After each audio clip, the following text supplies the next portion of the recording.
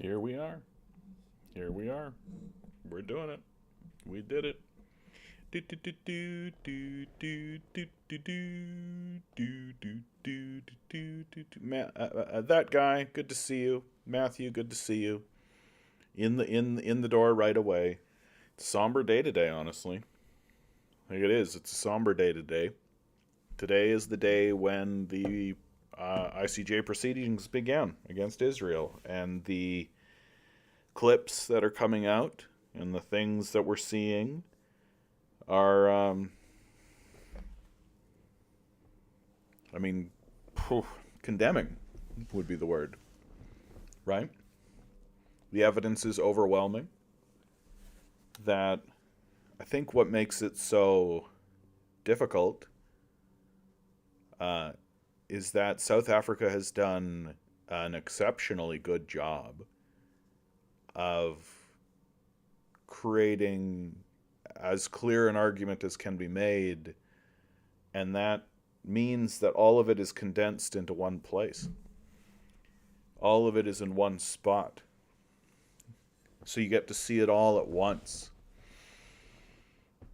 Bread Bunny, good to see you.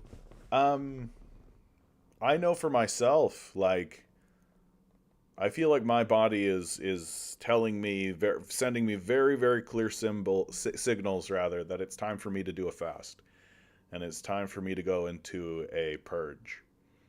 I think that's the signal that I'm getting from my body, and I think I have to take that seriously. So I think over the next couple of days, I'm probably going to do just that. Just drink water and nothing else. And I think that that's going to be good for me just from a physical standpoint. Like, forget any of the other aspects of it. Just straight up, like, when you go into a fast, your body eats up all of the dead matter that exists inside of you. And there's all this gunk and junk and garbage and crap that just builds up in your body that your body kind of just lets, okay, sure, okay. But when you have a fast, your body goes through and starts to go, it starts to pick it all apart. So when I stop and I listen to myself and listen to my body, it's definitely time. It's definitely time for that. And I feel like my consciousness and my body and everything is screaming at me, time to do it, bud. Time to do it. Actually, time to do it. And I feel like we're definitely picking up a bit of energy from the zeitgeist, and the zeitgeist energy today is 100% um, getting a piece. Getting a piece. I don't know. I like the language that comes up is tainted or tarnished. That's not accurate, but definitely colored. There's the word to use. It's definitely colored by these proceedings, by the ICJ uh, uh, uh, uh, proceedings. And I feel like that's kind of what it's all about today, and what it's going to be about for a long time.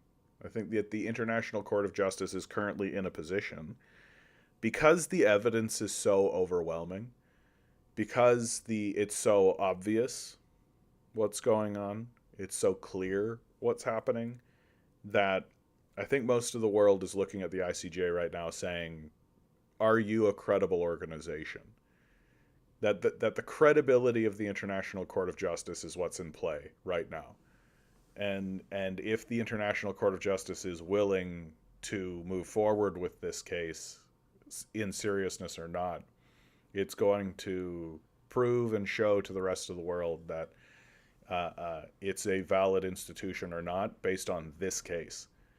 If the International Court of Justice does not rule in favor of South Africa on this case, I don't really see, and I think most of the rest of the world will agree. I don't see why we should pay any mind to this organization. Why should we bother? And it also would set a very nasty precedent. Like, can you imagine in 50 years when someone is committing a genocide somewhere else and they try to do a case against them, and then they stand in front of them and they say, well, how is this any different than what Israel did? Look at what Israel did. We did the same thing. We said the same thing. We did the same thing. Right? And you said that that wasn't genocide, so this is not genocide based on that. Right? So this is going to be a precedent setting case. This is going to set the tone for the rest of for the future. And not just because of its importance in terms of the seriousness of what is happening. The ICJ has ruled on many cases, but because the entire world is watching, because it's captured the attention of the world. That's what's so interested. Yeah, I mean, we're going to be hearing about it. I don't think we're not going to hear about it. I think that people want to know, and I think that there are big commentators and big voices that are going to keep us apprised of it. And I don't mean just like Hassan Piker, like I mean like Piers Morgan, right? Like Russell Brand, Tucker Carlson. Like it's going to be very difficult to keep this one out of the zeitgeist because it's such an important and serious issue. Like the president of the United States will be voted on this issue. Like it's there's this is a major situation that we're finding ourselves. And you've asked, I've never intentionally done a fast before. What signals does your body give that it's needed? Okay, so there's a couple of things. What's important to realize is that your body is constantly holding on to stress and is not necessarily sending signals to you because your body is aware that there's nothing you can do about it, right? That you can live in a state of being and believe that that state of being is normal. Because the alternative is to realize that you're living in this horrible state of being, or that there's a bad thing going on, and then have to carry the burden of understanding that there's nothing you can do about it, right? The clearest example I can give of what I'm talking about, and I saw this all the time. This is an extremely common phenomenon. Was when I was doing plays, when I was performing. There would be actors who, like week one of a 6-week run, would say, "Oh no, I'm sick. I got to take care of myself. I'm sick," and they would look fine and they would look great, and they would go up and they would act and they would be energetic and all of this kind of stuff, and there would be no difference. Compton, how are you doing, bud? I know that you've been very open about what's going on in the Discord, so I hope you're well out there, my man. I know it's a difficult moment. It's a difficult moment. And so these actors would be saying that they're sick and that they're walking around feeling sick when they look great, right? Everything's normal, as far as anybody could tell. And then literally closing night would happen, right? We'd have like a closing night party, and then I would see these people the very next day, and they would just be dunzo finito, sicker than anybody I've ever seen in my life. And they're just like, right?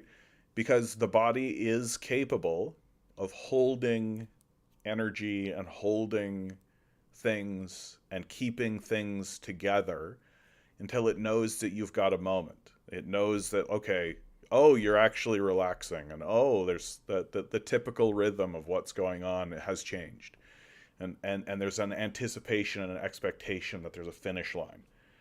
Like a really like kind of rudimentary and kind of like dirty example of what I'm talking about is like when you need to use the bathroom, right? You know it, and you're holding it, and you know you've got to go, and you're holding it, but you're telling your body, we cannot go right now. Right? And your body will keep sending that signal, be like, hey, bud, right? And you'll just be like, okay, like nothing to do about it, right? Signal, okay. And it'll recede a little bit, and then it'll recede a little bit, and then right as you're about to get to the washroom, it'll be like, right? That's kind of a fast and dirty way to talk about what I'm talking about. That your body is sending signals and is sending these things up. But oftentimes it won't really be sending those signals very strongly if it knows that there's nothing you can do about it. If it knows that there's just nothing you can do about it. Like, what are you going to do? Like, if you're on this treadmill of capitalism and you're like, like your body's like, this guy's being chased by a panther. This guy's being chased by a panther. That's what's happening. The only reason anybody would act this way is if they were being chased by a panther.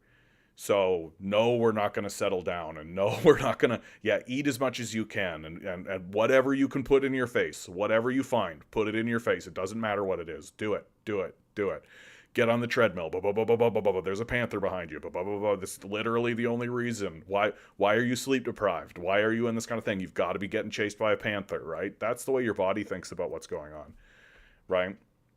Like your body isn't thinking like, well, there's a larger system of capital at play, and you have to get blah blah blah blah blah blah. It's not how your body thinks, right? Your body is literally like, this is a crisis. Obviously, you're running against a panther. Eat what you can, jam whatever you can in your face, right? Sleep as much as you can, but obviously you're not sleeping, right? There's obviously something happening where there's like huge anxiety and huge enormous crisis happening around you all the time. What else could it be except something like a panther, right? Uh, and so eventually, like, moments happen in your life where you get a vacation, right? Something happens, so you get a period of time that the anxiety abates, things calm down, you get enough sleep for like a couple of nights in a row, right? And you also see down the line that that's going to continue for a little bit of time, and so you have a kind of personal like, oh, right? And it's when you enter that your body will send up signals and say to you very clearly, oh hey, during that period of crisis, right? During that period of crisis, where you've been getting chased by the panther, you've been abusing your body, right? You've just been jamming shit into your face and doing whatever, and right, like, and so that's been gumming up the works, and it's been causing problems for you, long-term problems that we haven't been able to talk about because you've been getting chased by a panther, right? Well, it looks like you're not being chased by that panther at the moment, so now is a great time to go into recoup.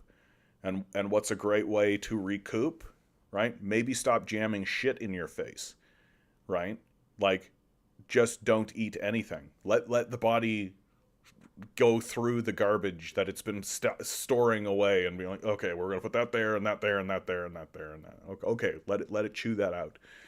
Let it take a little moment to like brush its teeth, essentially. Take a little moment to just be like, and go through and get rid of dead cells and get rid of this kind of stuff and chew on the stuff that's holding you back and not really helping you.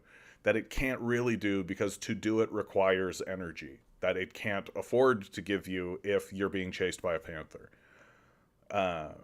And so signals that it'll give you, right? Like, the signals are clear, right? Like, you cannot stop having shits. There's a great signal. Like, you feel otherwise fine. Like, I feel otherwise fine. A little tired. I didn't sleep that well last night because little Milo got me up a little early. But, like, your body is in this kind of state of purge, right? Where it's just like, get rid of this, cycle it out, right? You maybe feel heavier than you should. Not depressed, not the type of heavy depression, but just you recognize that you're carrying something that you shouldn't, right? You feel a little like, okay, like, I feel like this isn't, like, I shouldn't be this heavy, you know? And so I think that every so often it's good for a person to make the decision, and lots of religious pursuits and lots of religious organizations build fasts into the structure, like Ramadan, right? Like, build fasts into the structure of your year. And so everybody all at once understands, here comes that fast period. Here it comes. And so you go into it on purpose, and so your body understands this is the period of the fast. And I tend to think that it's just a good thing for a person to do, specifically when they have the time and ability to do it. The longest I've ever gone is just one day and nothing. Just water. One day. Some people say, like, 2 days is pretty not easy, obviously, but like doable, right? And anybody can suffer for 2 days on this. And people like Dana White. Dana White, for example, recently did a social media thing where he was talking about he went on a 3 day fast and how much he really liked it. And I've known people who have done a 7 day fast, right? And how they talk about how the first like 3 days were really brutal, but then they hit like day 4, 5, 6, and they were like, "This is amazing. I feel fucking amazing." Um, and so, I mean, you can go 30 days without eating, right? Before you start actually having like major crisis. So if you take like 5% of that and you just do it for 5%, there are actually all these benefits. Yeah, and I think that's accurate, Bread Bunny. Eating less than 700 calories puts your body in survival mode, but that's if you're eating less than 700 calories over like your body, if all you're eating is less than 700 calories all the time, right? That puts your body in survival mode where it's like, okay, there's no food. There's literally the only reason anybody would do this is if there's no food, right? But that's not what a fast is, and that's not how your body responds to fasting. Like, if you're eating and eating and eating, and then one day you just don't eat, your body is like, oh, well, then I'll just eat this. I got food in the pantry, right? And you do. You've got food in the pantry, right? And your body will just eat the food that's in the pantry. But what you're describing is there's no food in the pantry, and all you're eating is like 1/3 of what a person would normally eat. That puts your body in a pretty big crisis mode, right? So that's not what's being discussed. This is just clearing out the pantry. That's all it is. And like you should clear out your pantry, right? Just like go to your kitchen and find the shit that's in the back, right? And be like best before date tomorrow, eat that. Don't go buy new food, right? Don't go out for lunch or something. Just eat the food that's in the fucking pantry, right? Clear your pantry out. Clean it, right? Like that's what we're talking about here. Content writes, so weird. I've probably cried more as an adult for the last decade than I ever did as a child. Yeah, I mean, I actually think that's a good thing, Content. I think everybody could use a real cry. I think that getting connected to that emotional self, the capacity for empathy, that's something that I think is being lost. Like when we delete the teaching of cursive, for example, like we're teaching kids to lose their capacity for empathy. We're removing them from the empathetic conversation. Yeah, the way students crash after exams are over, that is a good example, Timothy, for sure. Yeah, I've lived with intense CPTSD. I know all about the body's ability to swallow stress. Yeah, absolutely. And Eric, the oddity, the aunt saga continues. Got into an argument recently where she thinks a business of 100 employees is a small company, and her reasoning is the owner is able to know all of this, all of the employees. The second one was about identity politics. We were watching an interview about the incoming movie that's about systemic racism. I was about to say the one thing it lacks was class struggle.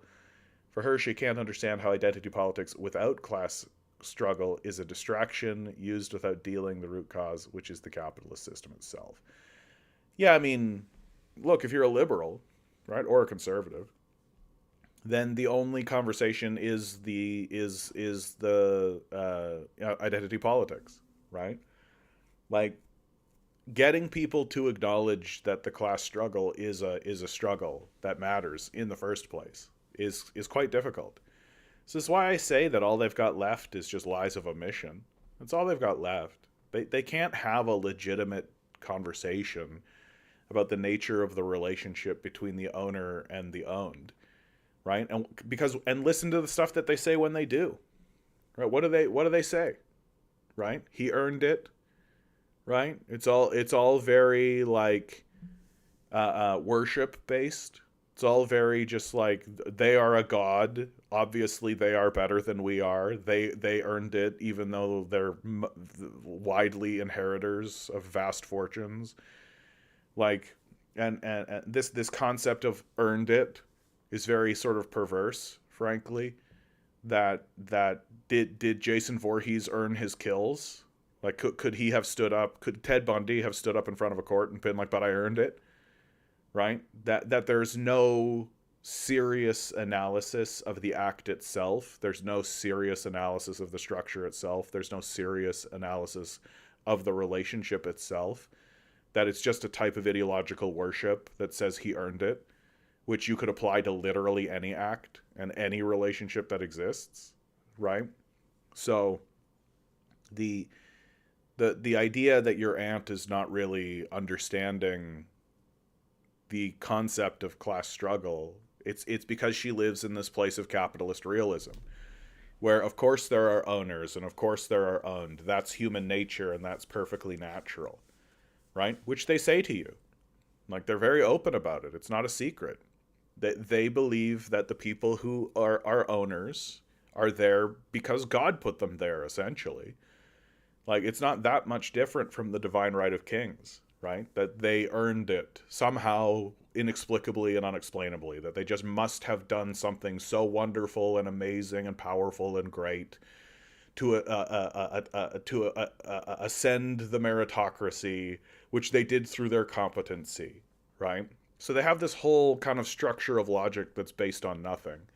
That, like, the foundation of it is zero, like it's not a thing. But this is what they do. This is how they think, and they're very upfront about it with you, right? But it's a form of worship, and it's just religious. That's why religious people are the most susceptible to it, because they've already bought in to magical thinking and the idea of a magic person in the clouds that bestows them wishes if they try hard enough, right? And if they don't get their wish, it's because they did something wrong, and if they do get their wish, it's because they did something right, right? And that poor people are poor because they're bad, and rich people are rich because they're good, right? Like, it's very rudimentary way of thinking, but it's pretty prevalent, right? It's pretty prevalent. Because, like, no one wants to acknowledge what is actually real, which is that no one has control over any of this.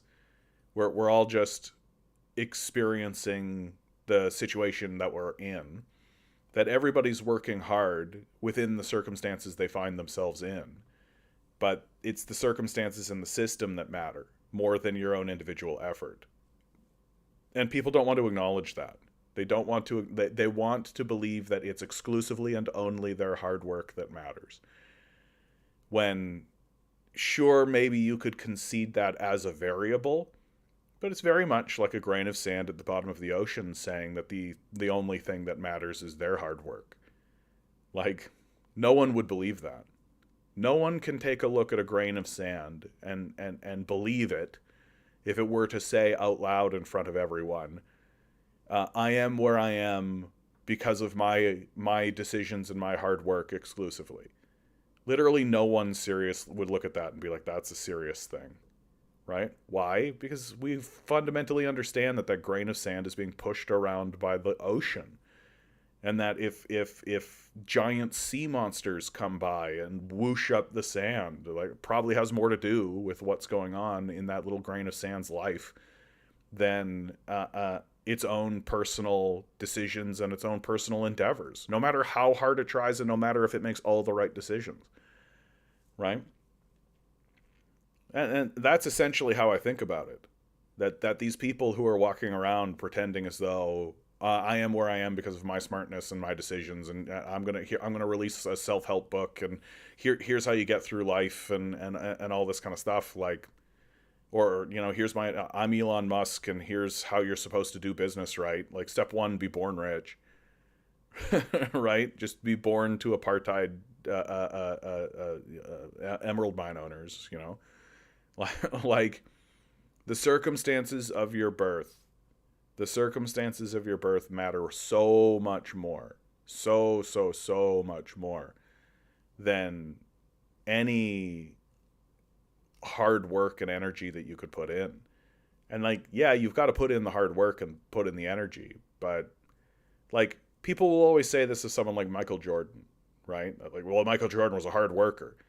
Yeah, so were his coaches, so were his parents, so were the scouts, so was the NBA itself, so was the team, so were the managers, so was the general manager, so was the school that he went to, so were his teachers, so were the people who are around him, so were his classmates, so were his friends, right? And just on and on and on and on that goes, of just the amount of support and the amount of people who are looking at Michael Jordan going, this guy's got it. He's got it. We gotta keep lifting this guy up and keep him moving and keep him encouraged and keep him, like, when he has those moments of just like, I'm not going to do this, be like, no, we're going to push you forward. We're absolutely going to do this. Absolutely. Keep moving, keep moving, keep moving.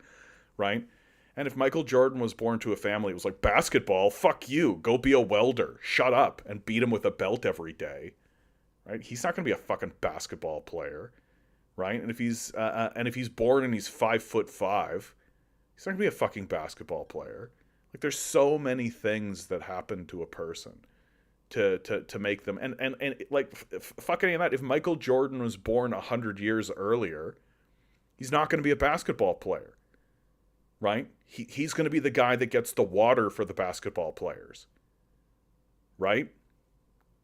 So like, there's so many variables and there's so many things that impact a person's life, that for it all to be ignored, pushed to the side, so that it can all boil down to, I'm the best, which is their argument, incidentally.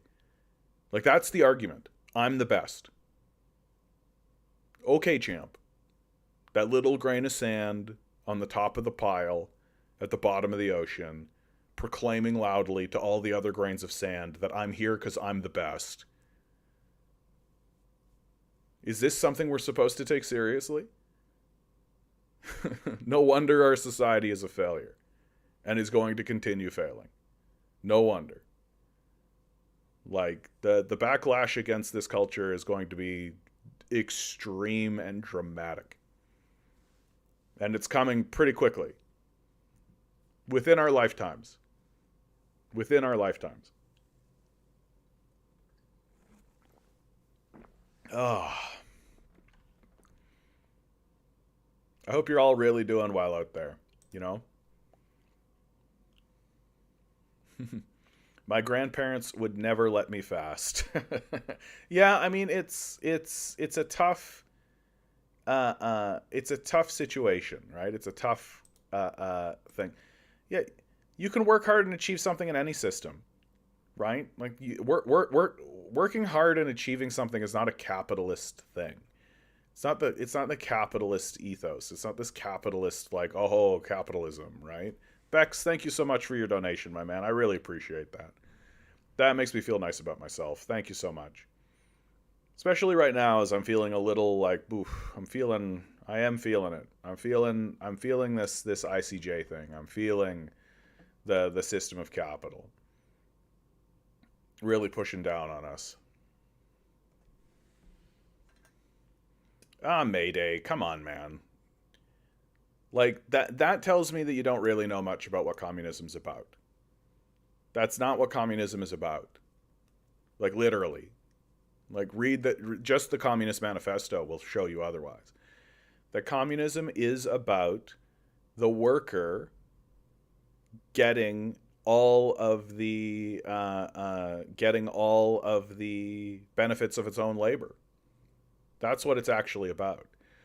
As long as you misunderstand what's going on in the system of capital, and as long as you ignore the relationship between the owner and the owned, then you can believe that it's all about people having the same. It's absolutely not what it's about, right? That under the system of capital, you have capitalists who do no work, provide no labor, provide no value to the system, who simply own the means of production, right?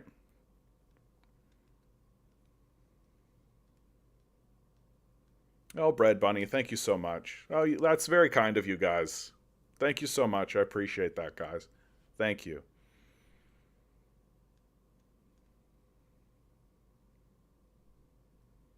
I know because, in fact, in the end of communism, we have a society where people will voluntarily develop their will work, like you like painting, building, whatever, and that will provide for someone. Like everyone works voluntarily and get what they need. So I don't really understand what your point is, Mayday.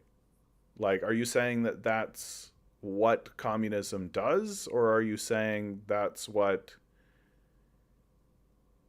in a system that you get what you need and you give what you produce to those who will want it,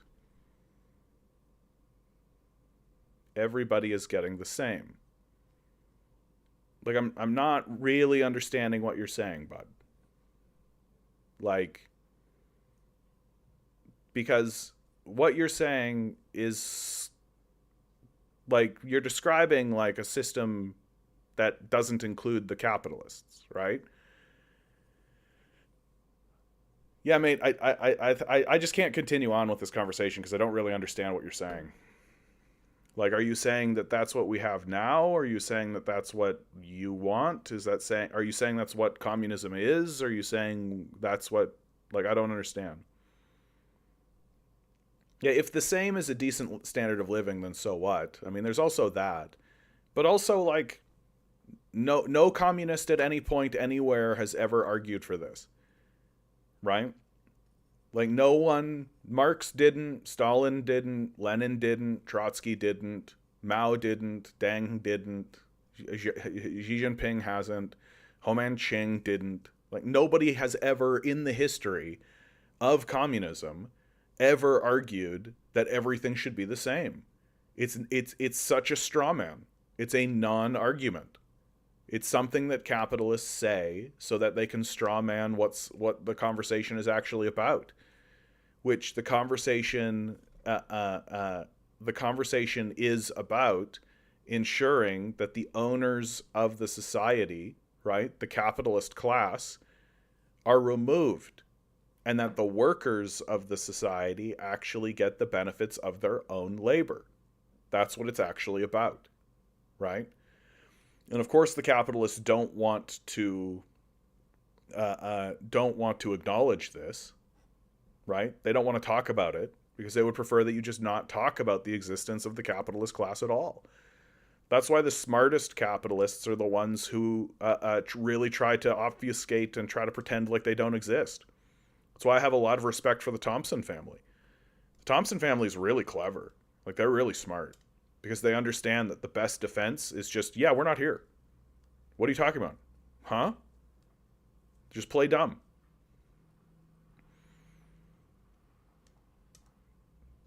A society where people voluntarily act on their particular thing and trades that for something they need. Okay, is that a problem? Like, is that an issue? Where people voluntarily put their labor in, and of course have to put labor in because there are jobs that obviously need to happen, right? But certainly not to the degree that we're wasting all our time now, right? Yeah, Marx in the Gotha program literally says we have to be unequal in socialism for various reasons he explains in the book. Well, and also I just think that like reality itself, like this is why this whole thing has turned into a massive straw man, right? Like the only type of equality that communists actually seek is the equality of having food. That everyone should have access to food and shelter. But that's the type of equality that we're discussing. Because what kind of freedom and what kind of social mobility can a person have if they don't have access to food and shelter? Like food and shelter are base necessities. And the only reason communists think that that should be universal and everybody should have the same access to food and shelter in that way is because those are universal necessities, right?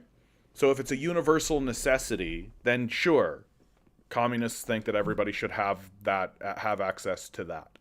Sure, right? But this idea that that means that we're going to make everybody the same, and if a person has an exceptional skill or an exceptional talent, we're not going to utilize it. It's a total joke. What are you talking about? There's literally no evidence for this.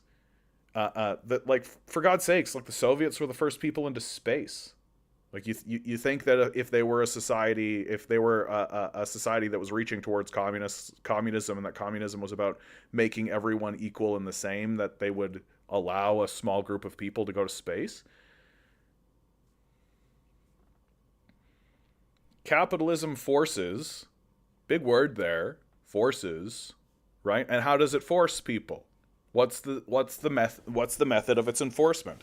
How does it force people to do things? Right? It withholds food and shelter. Right? That's how the system of capital gets things done. It removes food and shelter from a person. It withholds it, and it says if you don't work for us because we own everything, then you don't get access to food and shelter. And no, you can't grow your own food, and no, you can't own a little parcel of land, and no, you can't have your own house, and no, you can't have any of that, right? Grinning. I love it. Grinning's like talking to Mayday as if he's just an AI. Yeah, it is like that, eh? Like it is just like this is just like the classic stuff. Yeah. What is this force, and why is it that force should be necessary or that it's good? Right? Why is it that we're forcing people to do stuff again? Why is it that that forcing people to starve or work or starve is considered good? I've never really heard a justification for that. Why is it that forcing people to do things that they don't want to do is good? Exactly, right? And don't you think it creates a series of perverse incentives that creates a bunch of problems, right?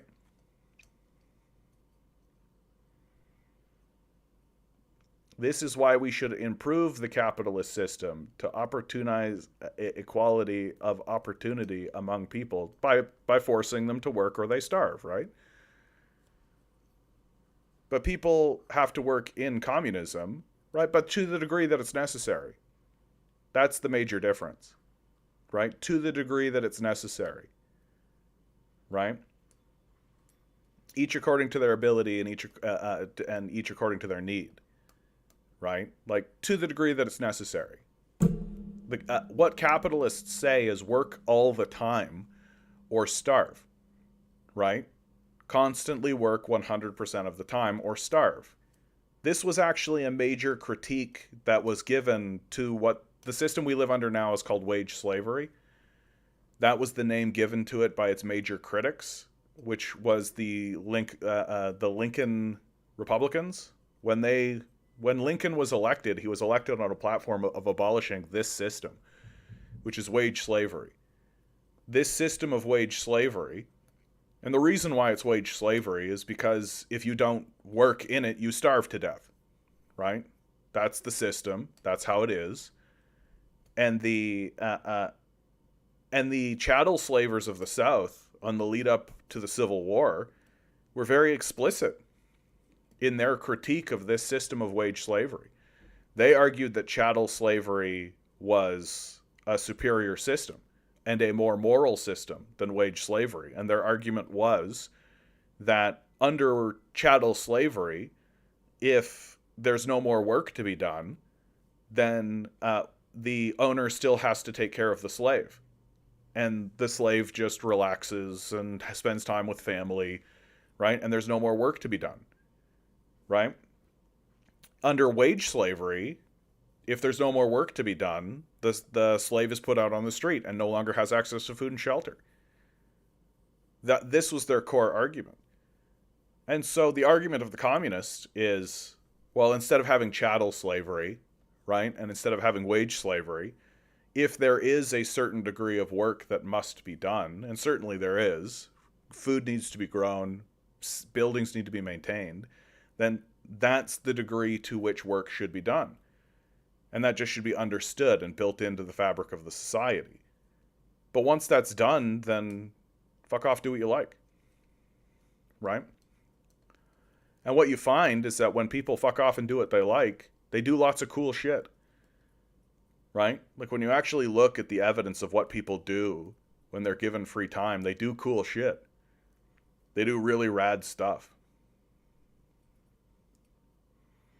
In communism, I mean, Mayday, you've really shown that you don't know that much about communism. So these sort of declarative statements that you're making are is kind of odd, right? Like I feel like you're reading like a Wikipedia page, and that there's like a copy pasta kind of thing going on. That grinning guides that grinning guys' sort of critique that it's like talking to an AI generator is pretty accurate. Like pretty accurate, my man. In communism, you work hard to get middle quality things. Literally, the Soviets were the first people into space, my man. I have no idea what you're talking about.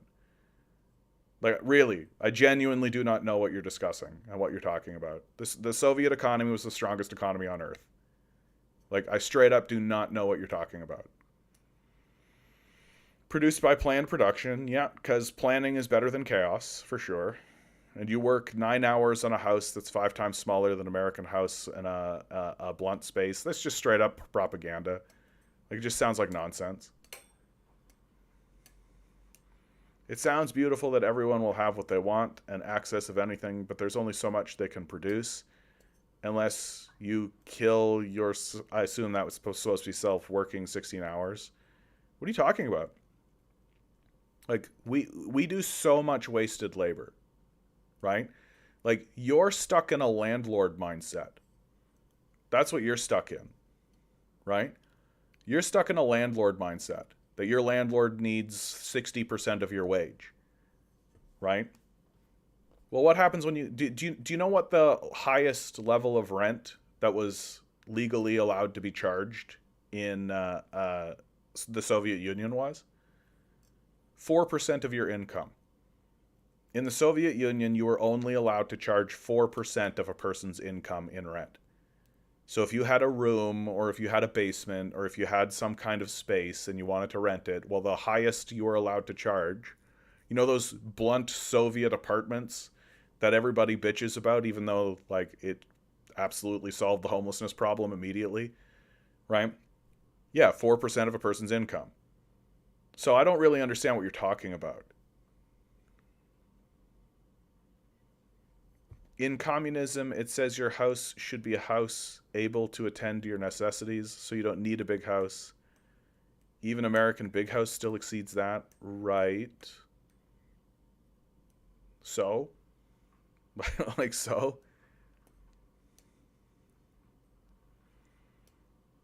Yeah, Bread Bunny's nailed it. Like, literally everyone is repetitively telling you that the only thing we are arguing for is housing the homeless and feeding the poor by taxing the uber rich. You're not listening, or heartless, right? Like, there does come a moment where it is kind of like, what are we arguing about here? Like, I feel like I'm arguing against like like a robot. It's just like communism says that this is the thing, and I am the expert, even though I've never literally read anything about communism. Like, what have you actually read about communism? Like, what do you actually know? Like, for real. Like, what do you actually know about communism? Yeah, Generation Y me. Why did you get this fucking lame? Like, it just sounds to me like you're sitting there being like, oh, the liars that lie told me a lie about this subject, and I believe them. That's really what it comes down to. Ashton Durai, yeah.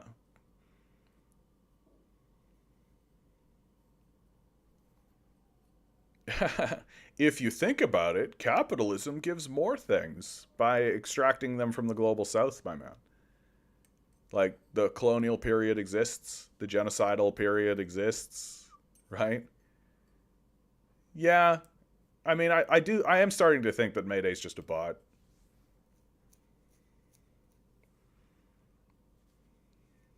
Yeah, I mean, like, Mayday's been in the chat a couple of times.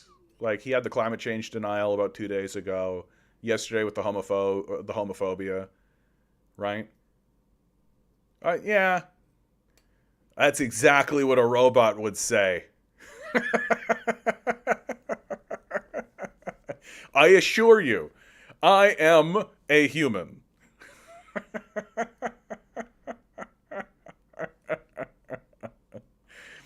LOL. Suspect. Suspect. Like, look, Mayday, I think the reason why the chat is responding in the way that it is because, like, your talking points are predictable, right? Your talking points are predictable and boring, frankly. Like they're not that interesting. Like these are not good arguments. And the reason why they're not good arguments is because they're not rooted in anything that's even remotely connected to any reality that anyone can observe. These are literally talking points that come out of a storybook written by the CIA. Like very very straightforwardly. That all you have to do to really understand that none of this is accurate, what you're talking about, is read something like the Communist Manifesto, read Michael Parenti's Black Shirts and Reds. You'll see very, very, very, very clearly, like very clearly, that the narratives that come out of the West about the nature of capitalism and its benefits and all of this are just bullshit. Like they're just total horseshit. Like saying that capitalism provides more things is like a train robber saying that train robbery is the best way to organize an economy. Like of course the train robber is going to think his train robbery is good. He's the beneficiary of robbing all those trains. And all you got to do is just ignore all of the theft. You just need to ignore the goods that they stole and you just need to ignore it. And then you can just be like, train robbery is obviously the best. We should just continue doing more train robbery. Right? It's just that you get to a point where you realize communism will flip down our reality. I mean, yeah, like socialism and communism are supposed to flip down the reality of capitalism, right? That's the idea. Yeah, exactly. Because our reality under capitalism right now is bullshit. Like it sucks. Right? Like I understand that you think you're going well, right? That's great. You're on the other side of the divide. Fantastic, right? But there are billions of people who are looking at the system of capital going like, what the fuck? There's a small group of owners. There's literally 8 guys that own more than 4 billion people. And the rationale for that, the justification for that is that they earned it. Get the fuck out of here. Like that's so stupid. Like it's just really dumb. It's getting better, the world as a whole. Yeah, because that's happening in spite of capitalism, not because of it. Right? Because people generally want to improve the world around them. And capitalism is doing everything it can to destroy it and ruin it. It acts as a destructive force wherever it goes. And you can see that destruction, right? As long as you open your eyes and look at it. Like, do you think the First Nations people that lived in North America think that capitalism is an improvement on the quality of their life? Do you think the Aztecs and the Mayans and the Inca think that capitalism was an improvement on the quality of their life? Do you think the African people who experience coups and overthrows of their government, Palestine is not progressing because Israel wants to take it over? Yeah, the capitalists want to do another colonial project, right? That's what that is. It's capitalists doing yet another ethnic cleansing. Like it's so weird, man, the way that you're talking. It's like you're really trying to convince us that capitalism is good while simultaneously providing the clearest possible examples of capitalism's failings. Like the Palestinian genocide is a capitalist genocide, right? Which is not that much different from the other genocides that capitalism has done, right? Because the system of capital relies on genocide and extermination. It's one of its main strategies, right?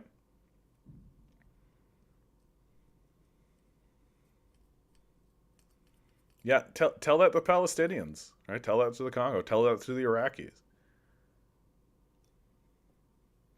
As long as we are peacefully united and progressive, the nation will succeed under capitalism. Therein lies your misunderstanding of the system of capital, right?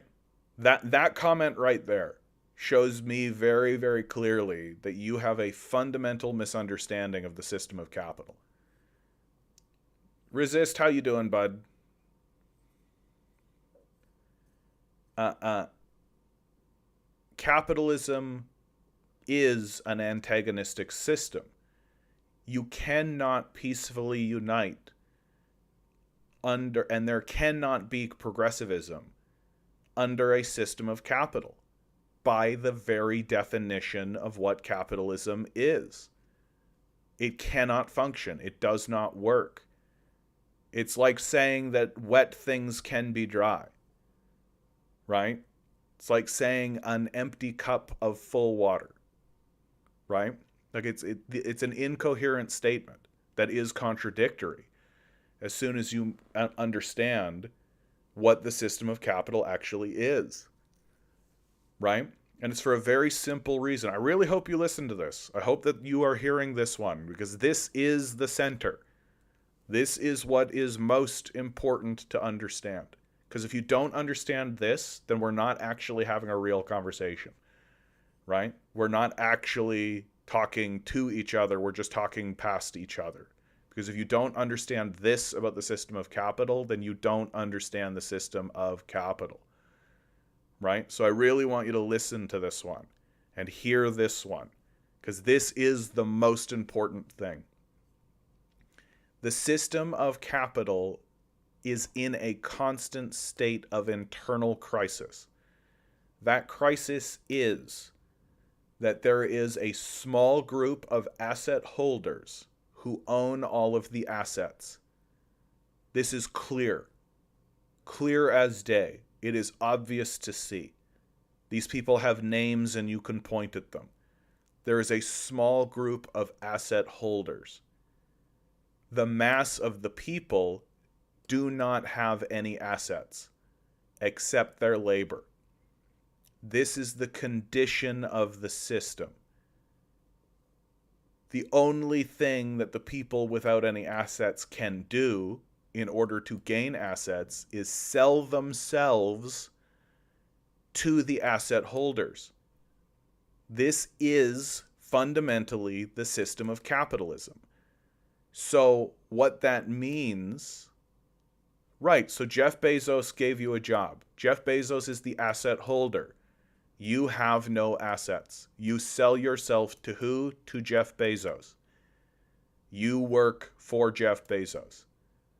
You are Jeff Bezos's wage slave. So, and fundamentally what this means is that this is an antagonistic relationship. That what is good for Jeff Bezos is not good for you. That if you want your wages to go up, if you want your quality of life to improve, if you want things around you to be better, if you want safer working conditions, if you want vacation time, Jeff Bezos does not want you to have any of that.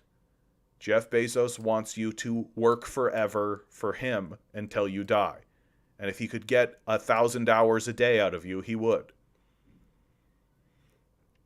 This means, fundamentally, that you and Jeff Bezos are in conflict with one another. That you and Jeff Bezos are not allies. You are tied by a system that has created an antagonism between the two of you. That antagonism is natural and unavoidable given the structure and the system of capital.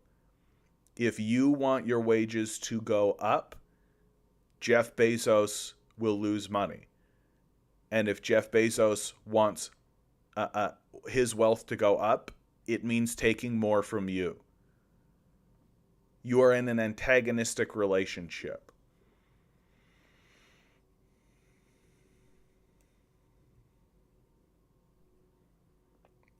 Marx also failed when he said back in decades ago that wages for English workers would go down because that's capitalism trying to cut down workers' salaries in order to profit, but it only increased. What are you talking about? My man, that's completely embarrassing for you. Wages have only stagnated. And given what inflation is, wages have gone down. What are you talking about? That the only time wages have actually gone up is through hard level, difficult struggle, labor struggle. That's when wages have gone up, through strikes, through people getting together and surrounding the halls of power. Like, that's when wages have gone up, and the only time wages have gone up. Yeah, English people today have high standards, and do you know where that came from? That didn't come from capitalism. Like, you seem to just be ignoring the entire history of the labor movement. That things like the weekend, the 8-day workday, these are victories that were won by unions, won by socialists, and won by communists as they struggled against the system of capital. These were not gifts that were bestowed by a capitalist class trying to improve the quality of life for the citizens. But Marx said it would get worse and worse. Correct. Correct, my man. You can take a look at what goes on in African nations that are experiencing the naked reality of capital, who do not have strong labor movements, who do not have strong unions. You can take a look at what happens to societies that do not have strong unions and strong labor movements. You can take a look at the decline. Like, America is in a decline because the capitalists are regressing the society right now in front of you. And what are they regressing the society from? They're regressing the society from policies that were put in as concessions to who? Trade unionists, socialists, and communists. Because there was a period of time when these people were standing outside of the halls of power with signs that said, we could just do a revolution and seize the means of production and simply be rid of you. And so the capitalists capitulated power. This is the history of the labor movement that you don't know anything about, very clearly. Don't know anything about. So the New Deal gets put into place because of trade unionists, communists, and socialists. And then Mayday, you don't know anything about communism. Like, it's really obvious. Like, this is getting really bad for you, my man. Like, it's, remember yesterday how I said it's the sort of confident stupidity that drives me crazy? The kind of confidence that people have. Like, first of all, Marxism is not an ideology, right? To pretend as though the science of Marxism is an ideology is weird, right? Yeah, I tend to agree with what Ashton is saying. I don't think you know what you're talking about. Like, I don't think you know what you're saying. Like, it sounds like it really does sound like somebody who's just grasping at straws, right? Just grasping at nothing. Like, just trying to grasp onto an old dying system because daddy told you it was good. And or that you are experiencing positive things in the system and you want to believe it's because you're on the side of goodness, and you're not. That the system of capital is dying. It's killing not just itself, but the planet. You are a former member of the Communist Collective now. Then why are you so illiterate? Then why do you not know anything about communism? Like, what are you talking about, bro? Like, you expect us to believe that. Like, if you were a member of a communist collective, then you would know something about communism. But you don't. You don't know anything about the labor movement. You don't know anything about communism, very clearly. Like, very clearly, dude. Like, you don't know anything about communism. Like, and now you're saying, what was the name of the communist collective that you were part of? What was the name of it? When? At what time? Like, it just, yeah, the communist collective. Arvosh. Yeah, Resist I think has nailed it on Twitch. Man was just there for the vibes and the girls for a minute. Yeah.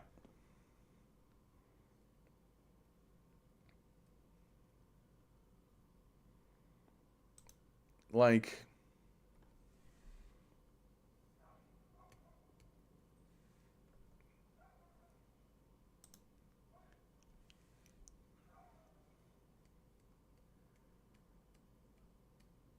I feel like this one plays. I feel like this one plays.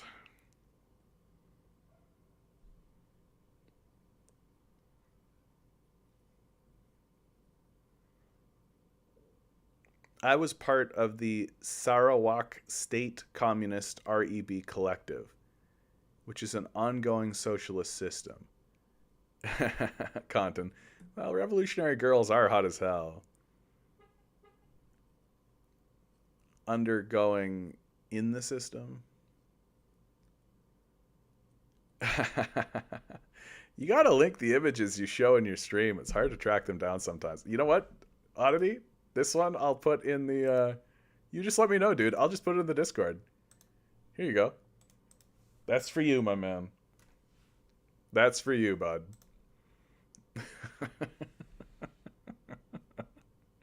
My pleasure, man. Anytime. Anytime you want one of these images, you let me know, and I will definitely do that. Because, like,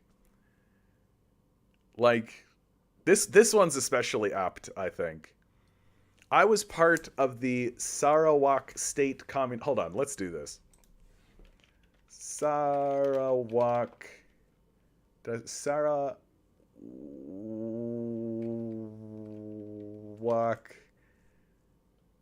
State Communist REB Collective. And you're from Malaysia, right?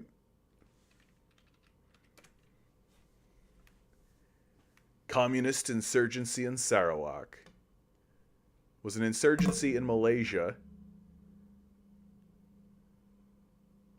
Hold on.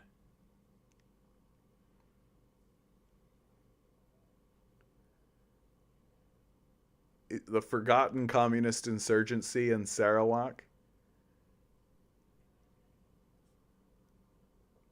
The SUPP website. Am I on the money here, bud? Let me know. It was one of the two communist insurgencies to challenge the former British colony of Malaysia during the Cold War. As with the earlier Malaysian emergency, the Sarawak communist insurgents were prominently ethnic Chinese who opposed British rule over Sarawak and later opposed the merger of the state into the newly created Federation of Malaysia. Yeah, these guys sound awesome. They're anti-colonial. Have a good one, Ashton. Nah, Bread Bunny, I mean, like, I think I hear you, Bread Bunny. Like, I hear you. It's a Maoist collective group, yeah. Like, and I assume it's part of this communist insurgency, right? Like, I assume that it's this, right? Like, and it sounds like it was defeated, right? Like, not every single communist insurgency was successful. They were also supported by Indonesia in 1965 when the pro-Western President Suharto assumed power in a coup and ended the confrontation with Malaysia. The North Kalimantan Communist Party was formally established in March 1970. Like, part of the issue that I have with a lot of these communist parties that exist in the modern era is that they usually just exist to be dead ends for communists. Like, that's more or less what I feel about the Communist Party of Canada. Like, it's just kind of a place that gets constantly broken up and constantly destroyed, and you can't really organize under it because it's just constantly targeted, right? So it's like literally just like a small nothing.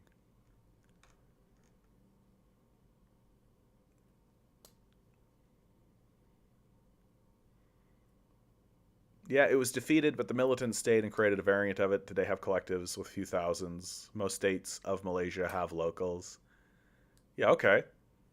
So, like a small collective that is experiencing a lot of external pressure from and not a lot of support, given the external pressure that they experience from capital, right? Like, so they're probably living in bad conditions, trying to do the best that they possibly can under a system of mutual aid, as opposed to just homelessness and abandonment on the streets, but still roughing it, right? Whereas the system of capital, as long as you just work for the capitalist and sell your whole life out to the capitalist, then you get a nice apartment, right? You can have access to the capitalist's food, right?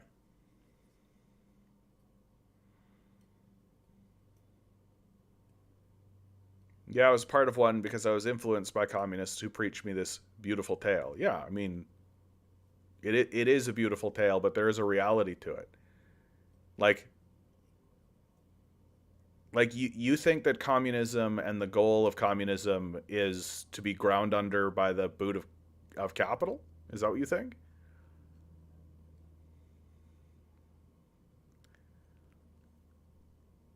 No, I mean, this story that you're telling me, Mayday, is starting to make a little bit more sense. It sounds to me like you had an experience with a essentially defunct communist insurgency group that's trying to keep the idea alive, and people who probably are in a position where if they didn't have this system of mutual aid, they would basically become either homeless or literally wage slaves of the highest order.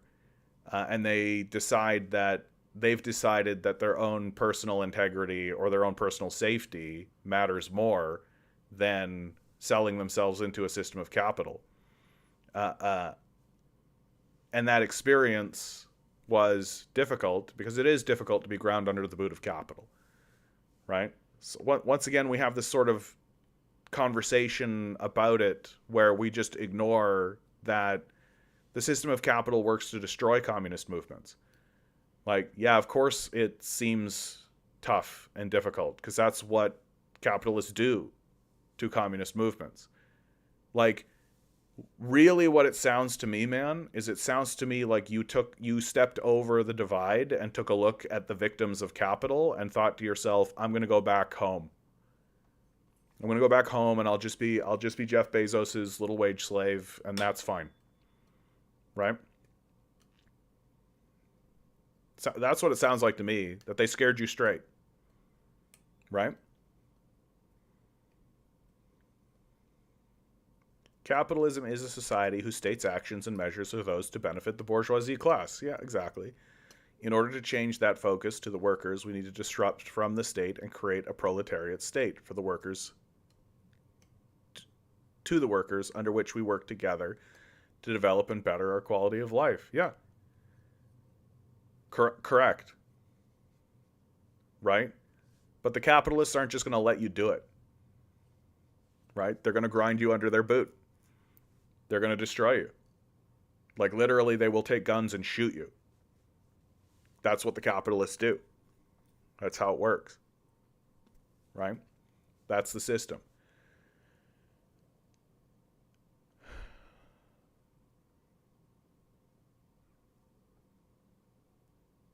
So we're a better society under capitalism. What? Bro, I just think you sound broken. Like you sound housebroken. That's what you sound like. Like in this story that you're telling me, yeah, like do you know what an Uncle Tom is, my man? Do you know what that is? Are you familiar with the term Uncle Tom? Like, you ever seen the movie Django? Right? The character that Samuel L. Jackson played. Malcolm X talked a lot about this, right? That there is a field Negro and a house Negro, right? And that the house Negro was there to make sure that all the other slaves were in line. That was their role and that was their job. was to make sure that all the other slaves were in line and they did their job correctly. And he was rewarded for it. He was rewarded for it by being able to wear the master's clothes and being able to live in the master's house and being able to sleep in the master's bed, right? Have regular meals, have food, be treated almost like a person, be treated almost like a human, and all he had to do was at least pretend. Although most of them bought into the idea that the white man was supreme, right? That their master was supreme and that their master was their owner. So there's a famous character of this called Uncle Tom, who ultimately is betrayed by his owner. And the way you get an Uncle Tom is that you housebreak them. You just convince them that this life is better than the life of the field Negro, right? The one that has to work out in the field picking cotton, the one that tries to run away, the one that tries to secure some kind of freedom, the one that wants autonomy, the one that wants individuality, the one that wants to express themselves outside of the chain of slavery that they bear, right? And so an Uncle Tom just says, no, it's better. It's better to be enslaved. It's better to live under this system of capital. You get good food. You got a house, a shelter over your head. All you got to do is just sacrifice everything you are and just have a master.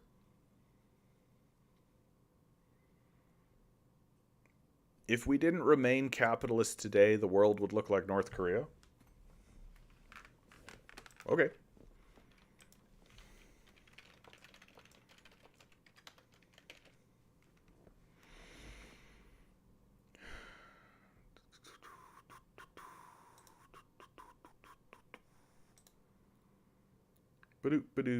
This is North Korea in 2022. Come on, YouTube. 5, 4, 3, 2, 1. Oh, what the heck? There we go. Here you go. So here's North Korea, 2022.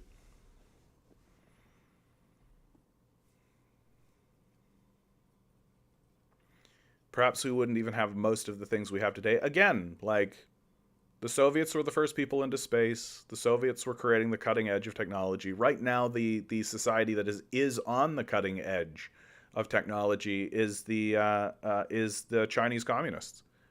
So again, I have no fucking idea what you're talking about. Like, I've just got no fucking idea what you're talking about.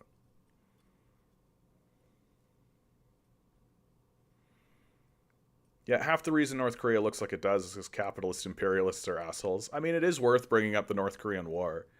Like, it's worth bringing up the Korean War, right? Like, every building in North Korea was leveled by capitalists. Like, there was no such thing as there's just no such thing as a two-story building, right? Where where are the stores with their own colors and styles? They were blown up into rubble. Like, again, like, you're just ignoring this war. It just didn't happen, right? Like, it's just very weird, right? Like, oh, all those apartment buildings look so samey. Yeah, because they were built within the last 50 years, and they were built with haste because there was a crisis, and that crisis was that they were bombed into rubble. The state can't build every single building, so they just mass build equal structures in a boring, planned way, as opposed to just mass homelessness. Capitalism offers us brands, tastes, and offers. Like, ugh.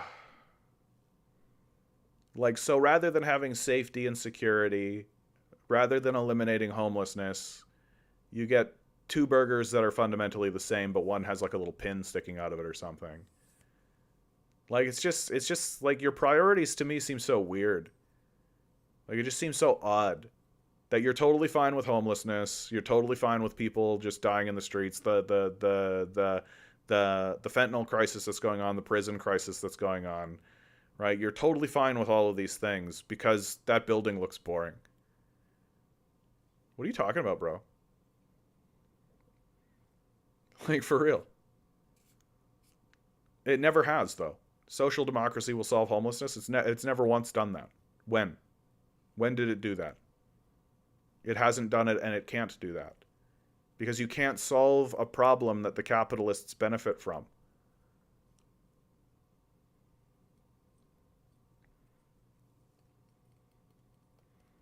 Again, yeah, the average American lives better than that because they've harvested places like North Korea.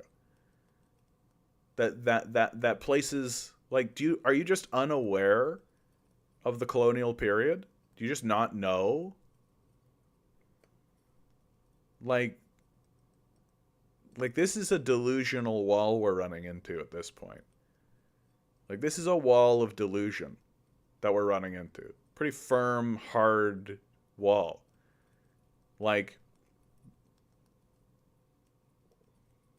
John, hang on, you should look into Red Vienna.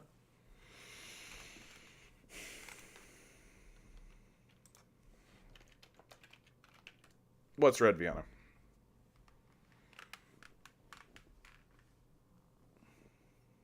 Oh, yeah, yeah.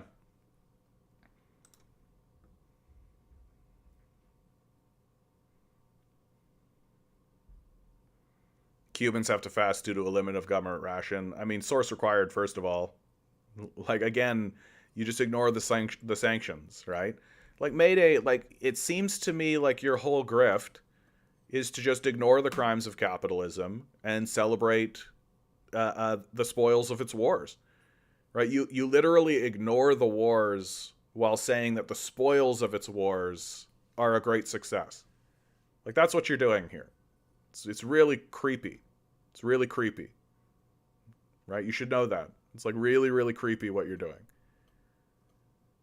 Red Vienna was the colloquial name for the capital of Austria. Here, hold on. I'm going to pause this.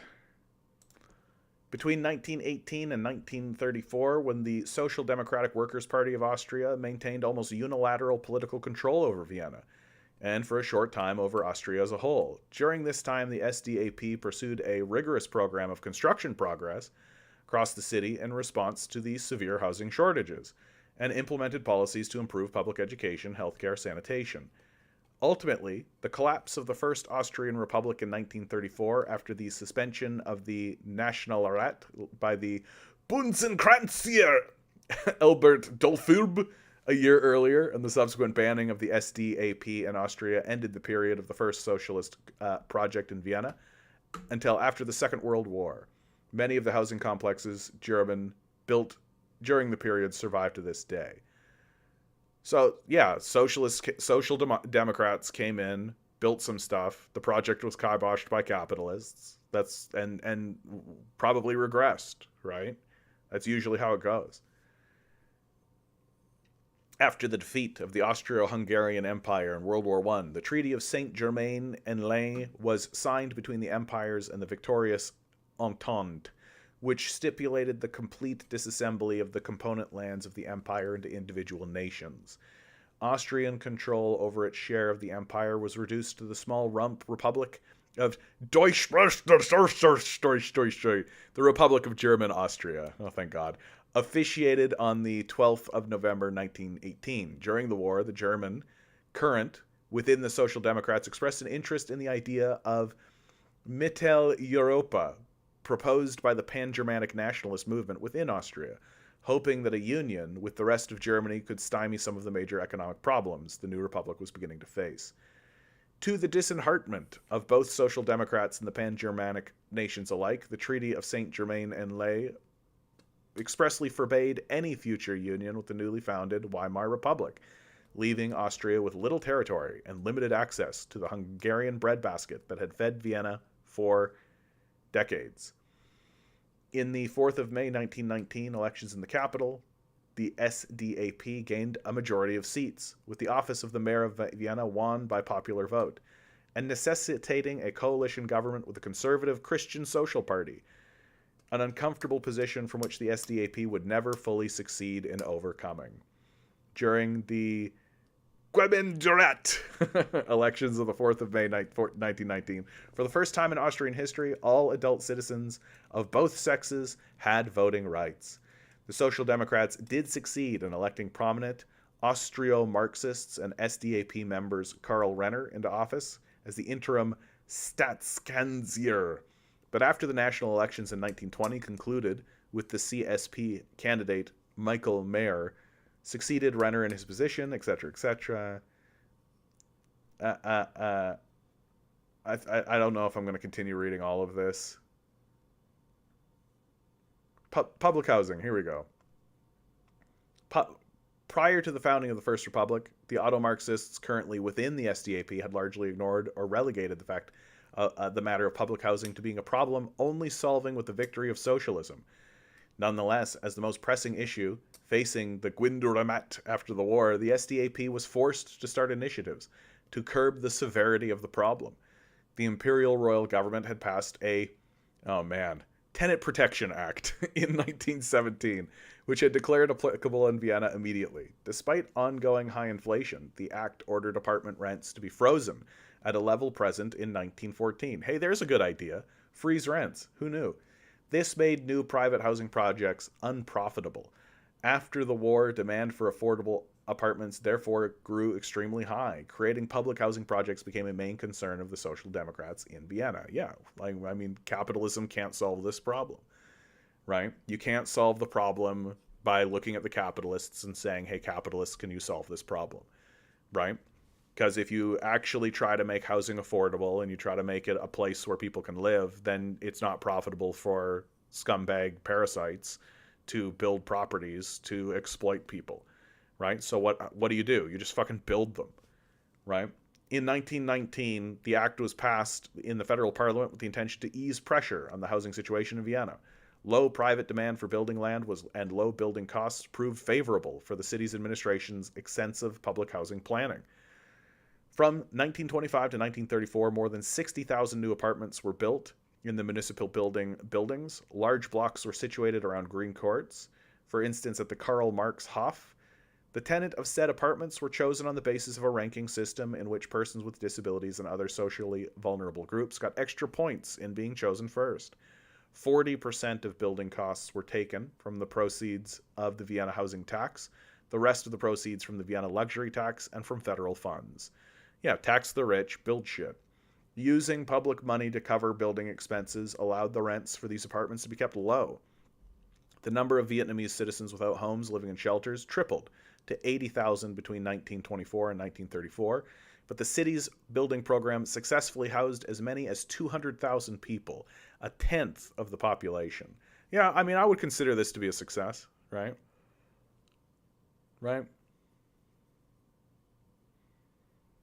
Mayday says, yeah, I don't believe the past has a lot to do with today in terms of development. Oh, okay, so you're delusional. So we're done. We don't need to continue talking, Mayday. Like, reality doesn't exist and history doesn't matter. Okay. So you're delusional. Cool. Like, at least you're admitting it. Right? Like, we don't need to take you seriously anymore, man. Like, your points no longer matter. You've just admitted to us the reason why it doesn't matter. Right? History doesn't matter. So if I just beat the shit out of you and throw you out on the street and then tell you history doesn't matter, right? Who cares? Like, why have a court system even? Why have a system of justice at all? Who cares? History doesn't matter, right? Just get rid of all of that. Right? Just take what you want, do what you want. History doesn't matter, right? Like, yikes. Just the level of intellectual incredulity. Yeah, Bread Bunny. Oh my fucking god! Finally. Yeah, but I thought that this was important, Bread Bunny. It was important for me, right? Because I think that we got to give people as much rope as they possibly can. No, Mayday, come on. Have I not made this clear to you? Nobody cares what you think anymore. Like, we don't care what you think. You're delusional. Go away.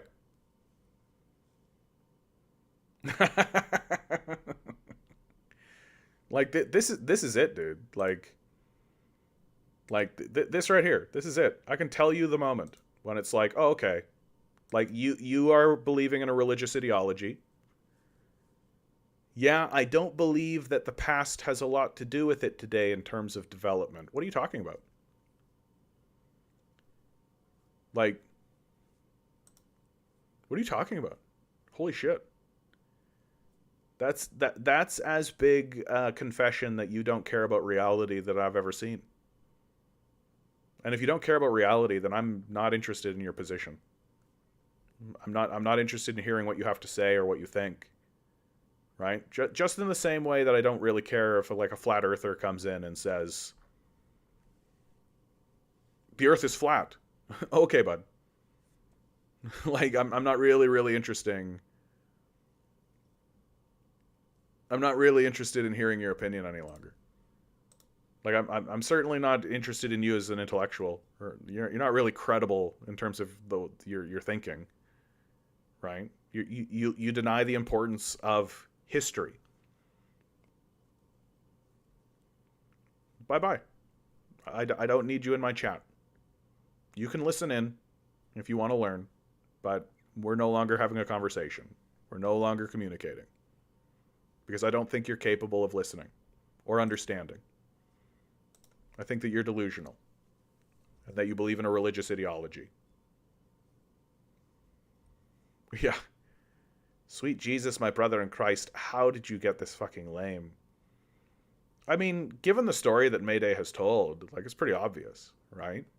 That when a person is given a choice, look, that people can break, right? People can break. The choice is living in terrible conditions under the boot of capital, or to live in a nice apartment working for Jeff Bezos. That's the choice. And people make that choice and then they have to live with it.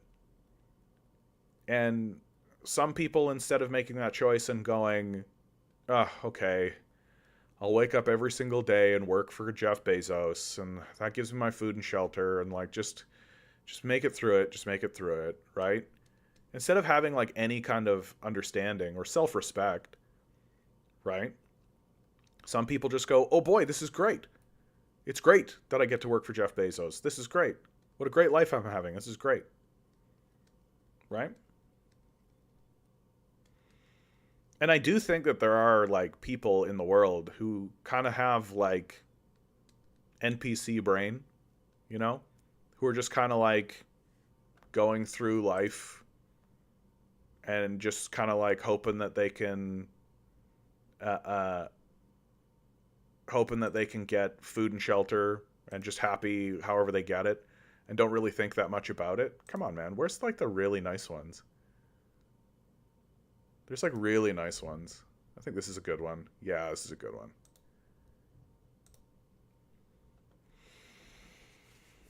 Like, Ilye Anin, good to see you. Good to see you on Twitch.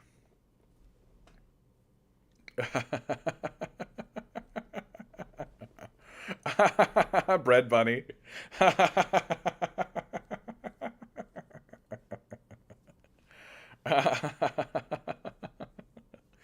Yeah, John's right to have some sympathy, but I've already gone hysterically mad from listening to half an hour of Mayday. I don't know how John has this much tolerance. I respect it, but also, oh my fucking god. Yeah, that's the job, my man.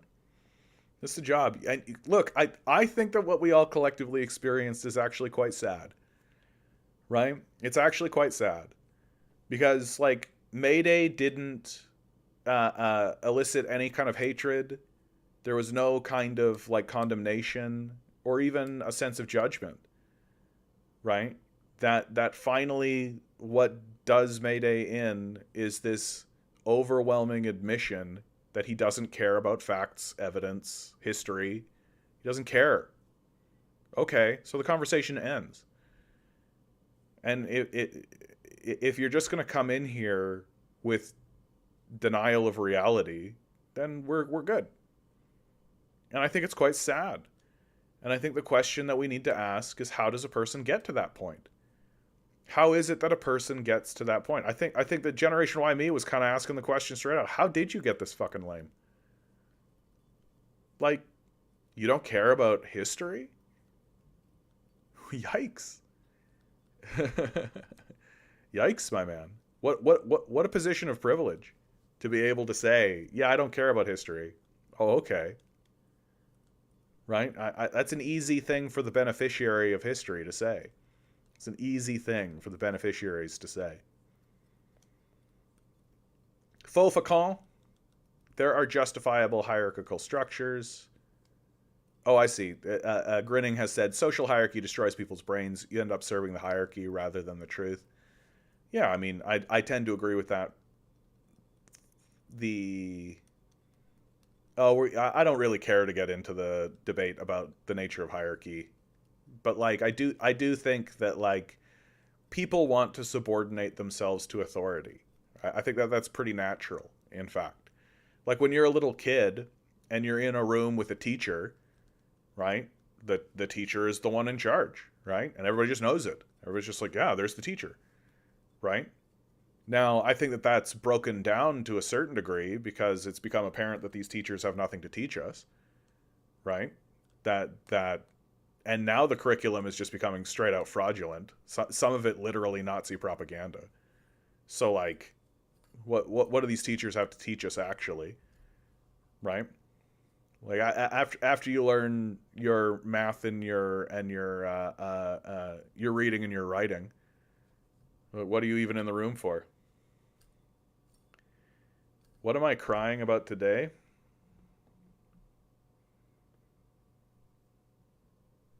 Bye bye.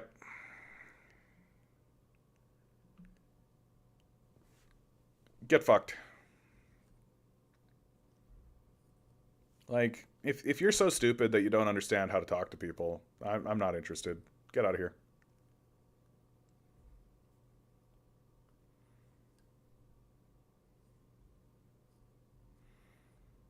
Well, like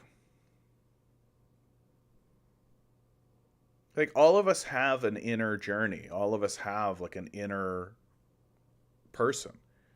And that's where the true grief of interacting with the capitalist system comes from. Is that we all intrinsically fundamentally know, even though we can't really articulate it, we all intrinsically and fundamentally know that uh, uh, that we what is actually important in this life is exploring your internal self and then expressing that internal self. That's what's actually important in life.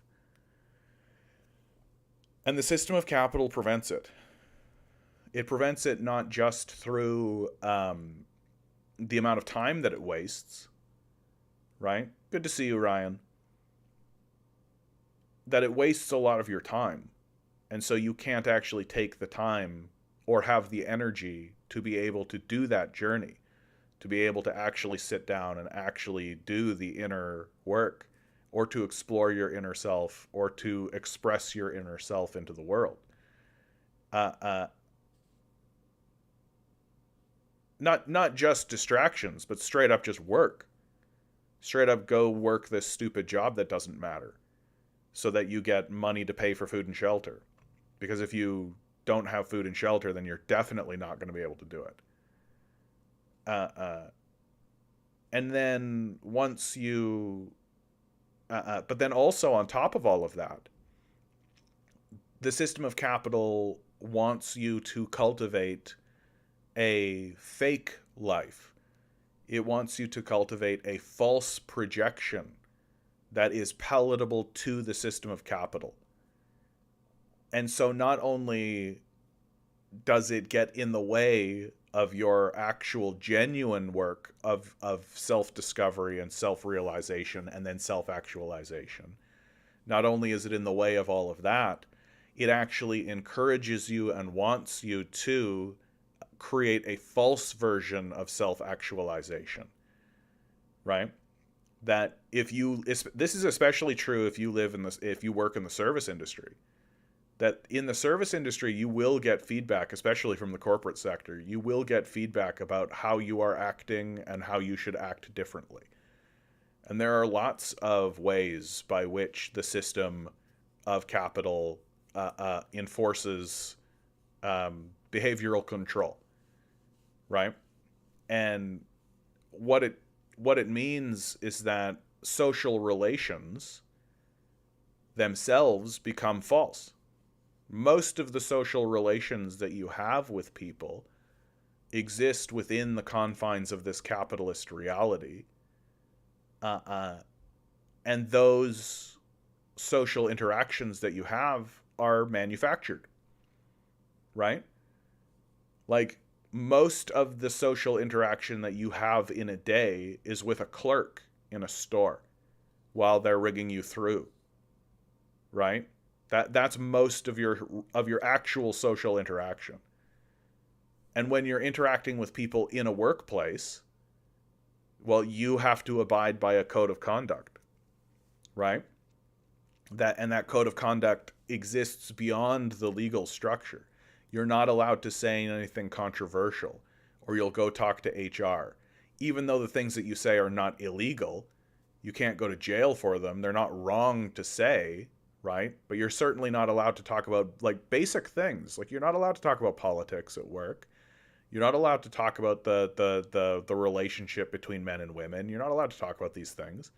You will be written up. You will go talk to somebody. Like, so this demands, if you want to survive in these environments, right, then you have to cultivate a false personality and a fake person. And so the system of capital stands in your way completely. Stands in the way of being a real person. Stands in the way of creating something real and being something real. And some people, as a way to survive, as a survival mechanism, buy in. That they sacrifice a genuine pursuit of their internal self for that false version, for that fake image. And they just accept what they're told, and they just do what they're told, and they just act as though the person who they are pretending to be is who they actually are. And I actually think most people go through something like this. I think most people, because I think that's part of the journey, is part of the, because it's natural to present a fake self. It's natural to present a false image of yourself. It's natural. People don't just start by taking their internal anxieties and fears and all of that and projecting it out into the world, right? Because they're afraid, right? Because they're afraid in a very natural kind of a way, that it takes a lot of effort and a lot of work and a lot of growing up, simply being like, and I don't mean like literally growing up, I mean like existing, or I do mean literally growing up, just existing in the space and getting comfortable in your own skin before you're able to just stand in front of people as yourself and say, and try to tell the truth about what's going on. And I think that what we saw with this Mayday person was just a person who's faking, just a fake person, who's probably actually very comfortable, who's probably very happy, right? Probably watches Marvel movies, goes to work for Jeff Bezos, right? Puts in the work, goes home, watches porn, watches some, watches the new Dave Chappelle special where he essentially admits that he's a transphobe, and doesn't think too much about it and goes to sleep and wakes up and does it again the next day, right? That's it. And like, what always happens with these kinds of people, and what always happens to people, is there's this sort of sensation that behind it all lays another reality, that there's something else going on, and there's this kind of looming right over your shoulder, right out of your view, And anytime you turn to look at it, it's just always in the periphery. It's just always in the back. There's something else happening. And you can't quite figure it out. And you get this kind of suspicious feeling that somehow this should be different. But you can't quite put your finger on what it is. And what that is it's yourself looming behind in the background. The part of yourself that you've worked so hard to kill.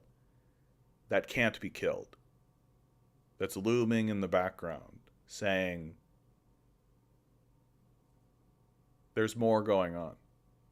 There's something else happening. You're not seeing it. You're missing it.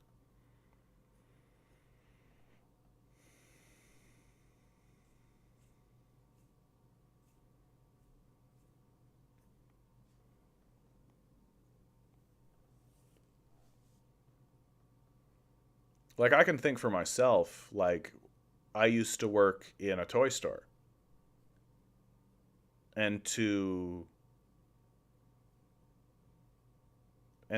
survive in this corporate environment and in this toy store, there are just things you need to buy into.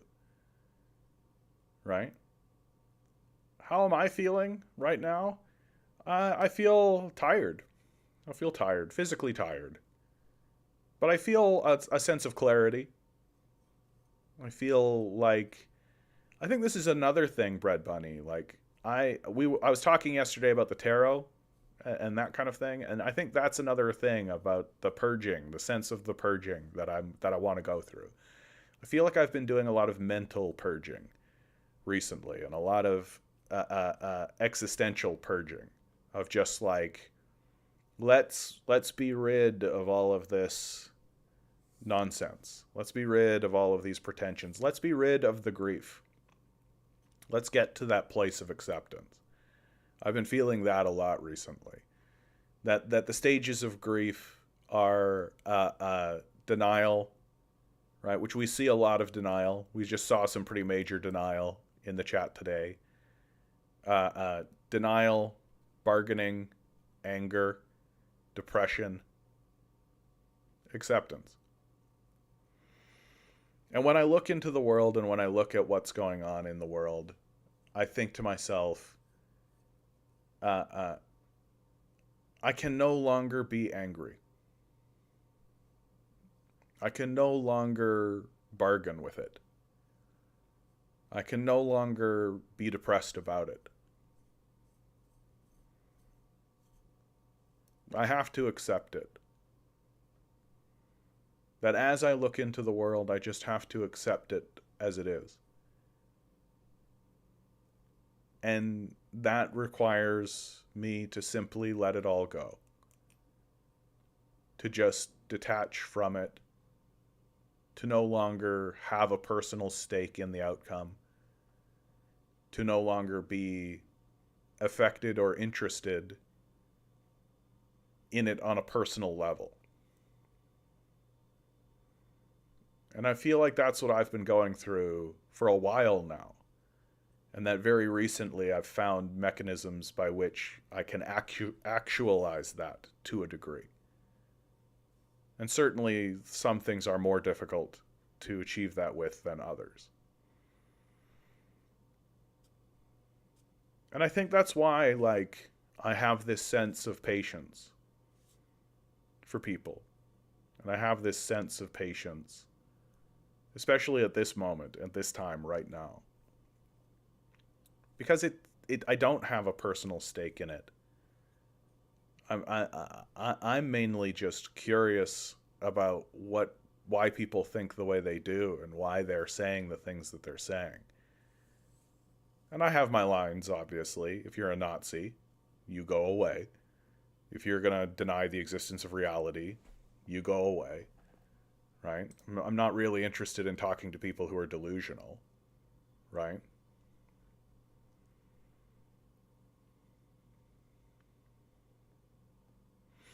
Yeah, I think that most of society is in a state of bargaining right now. I think that bargaining is a good one.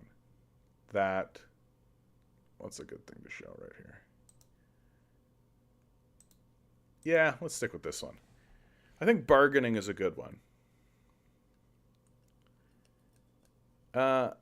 Amit writes, what do we talk about North Korea? Oh yeah, somebody earlier was talking about North Korea, and so I decided to show a North Korea walk around video, because I think it's important if you're going to talk about a nation, and especially if you're going to disparage that nation, that you should see something about it, right? Because usually the people who disparage these places don't ever see it, and they don't know anything about it. I think most people, like, what is this whole technology will save us thing but bargaining, right? It's us looking at the system, at the climate change issue, and saying, oh, certainly we can negotiate with the sun, right? Certainly we can strike a bargain with the sun, right? The sun is completely rational and reasonable and will definitely listen to what we have to say. Amit writes, nobody disparages North Korea and its people. I would disagree with that. I think lots of people do that. People disparage the tyrants in power in North Korea. The people of North Korea are very pleased with their leadership. They're very happy with the Kims, and they're very happy with their system of government, which is a lot more democratic than people like to admit. That we're familiar with the Kims because they have a position of respect within North Korean society, and they also have respect within the military, and so they end up being chosen as leaders of the military. But the system of government that exists in North Korea is largely democratic, and that the Kims exist as more like the Queen of England, right? Like, it's sort of weird that we look at the Queen of England and we're like, the Queen of England, she's on our money. God save the Queen. The Queen died. State ceremony. All respect for the Queen of England. And then we see another society that's like doing something similar to like another family that's very important in their society, and we're all like, "Ah, what a bunch of tyrants! What a bunch of people who are, what a bunch of crazy lunatics!" Like, it's pretty much the same, right? Like, it's just, I think the major difference is that the Kims actually helped North Korea. That's the major difference. Like, that they were not a parasite that had sucked on the side of the society and siphoned away a bunch of wealth for themselves at the expense of the society. Right, that the Kims actually helped rebuild North Korea, and the Kims were important leaders during that rebuilding period, and important philosophers and important thinkers, and certainly important from a military standpoint. Right, they defended North Korea against the attackers from the south. So, like, this sort of like weird. Why do people try to escape from North Korea? Why does anybody try to leave the country that they live in? Because they believe they can find a better way of life somewhere else, right?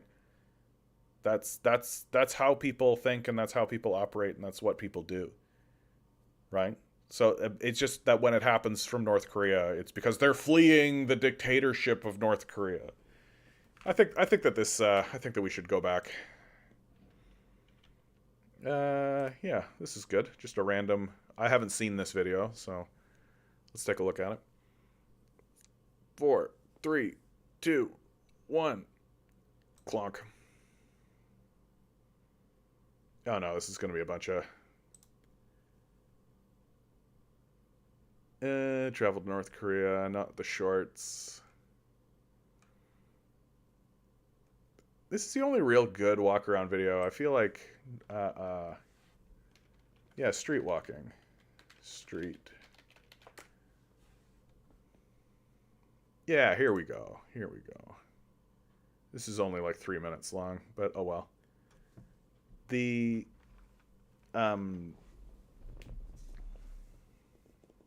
like the people of North Korea seem fine, right? And anytime I see anything of anybody going into North Korea, they come out being like, oh, this was not what I was told it was going to be like. Because the people of North Korea are just people. Right? Look at them. There they are. There's people. Right? They're not being oppressed. There's no system in place that's causing them like an enormous amount of problems. That there are people who are negotiating with themselves about how to run the place and how to live and how to exist. The fact that there's any buildings built is a goddamn miracle, given what happened in the Korean War. Right? Like the fact that there's anything here is a goddamn miracle. And so like it's sort of weird. Like someone leaves the United States and they're emigrating. Someone leaves North Korea and they're escaping. And for every time you find a story of a North Korean being like, oh yes, I had to escape North Korea, you can find somebody who says like, yeah, I left North Korea and then I was like, oh shit, this sucks, I'm going back. Right? So it's just complicated and it's common, right? People leave places and they come back. It's just for some reason, if it happens in North Korea, it's special when it isn't at all. Why don't people try to escape from the UK at the cost of their life? I mean, at the cost of their life. What are you talking about? Like, and also, like, you get that North Korea still considers itself to be in war, right? Like, you get that it considers America and South Korea to be an antagonist. Like, you know about the North Korean War, right? Sorry, you know about the Korean War, right? Like, all of these buildings were turned to rubble. Like, again, you know about the Korean War, right? Right? And again, like, you seem really hung up on this idea that people leave countries to go to other countries. Yeah, people leave all kinds of countries to go all kinds of places. All the time, constantly. Average emigration from every country is actually 15%. People want to do it.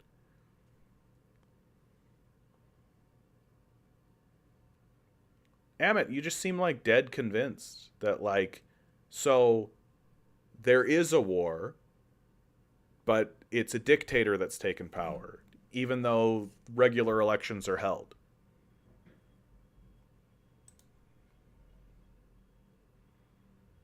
Like that's sort of what's weird about the conversation is that we're just supposed to ignore the fact that they hold elections, right? Yeah, they're gonna show me a lot of yeah. Let's travel the countryside. Yeah, and when communists talk about the dictatorship of the proletariat, that's exactly what they're talking about. They're talking about a dictatorship of the proletariat, right, of the working class, to ensure that there is no capitalists that seize power, right? What's your answer to this? Why not? Why do North Korea border guards kill people trying to leave? And why not? Well, I mean, again, like, again, do you just not know about the Korean War? Are you not aware that North Korea is desperately concerned about Western spies? Are you not aware that they consider themselves to still be in a position of war? Like, if you're just not going to acknowledge the importance, the significance of this war, right? Then I just don't know how to talk to you about the subject, right?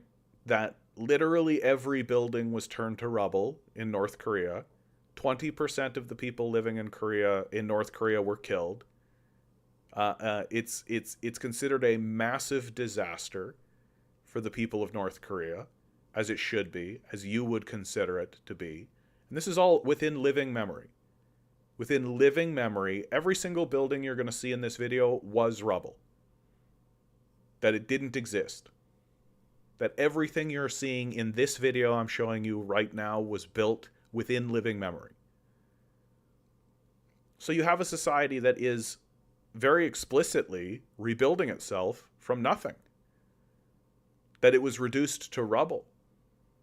And the fact that the Americans were not able to overwhelm it, the fact that Western powers were not able to overwhelm it, should tell you about the strength of that military and the strength of its people and the strength of its institutions and the strength and the belief that it had in itself and its ability to defend itself. That the Americans took over South Korea, right? And they vassalized it. And that South and North Korea are still in conversations about how to reunify and how to find a way forward. And that the United States is still waffling between interventionism and removal. So there's a lot of uncertainty in that conversation. And so your preconceptions about North Korea, your preconceptions about what North Korea is and what kind of society it is, seem to be completely tarnished and completely tainted by your omission, your very clear omission, of the fact that all of this was turned to rubble. That 20% of their people were killed within living memory. Like, this isn't something that happened a long time ago. This happened while your dad was a kid.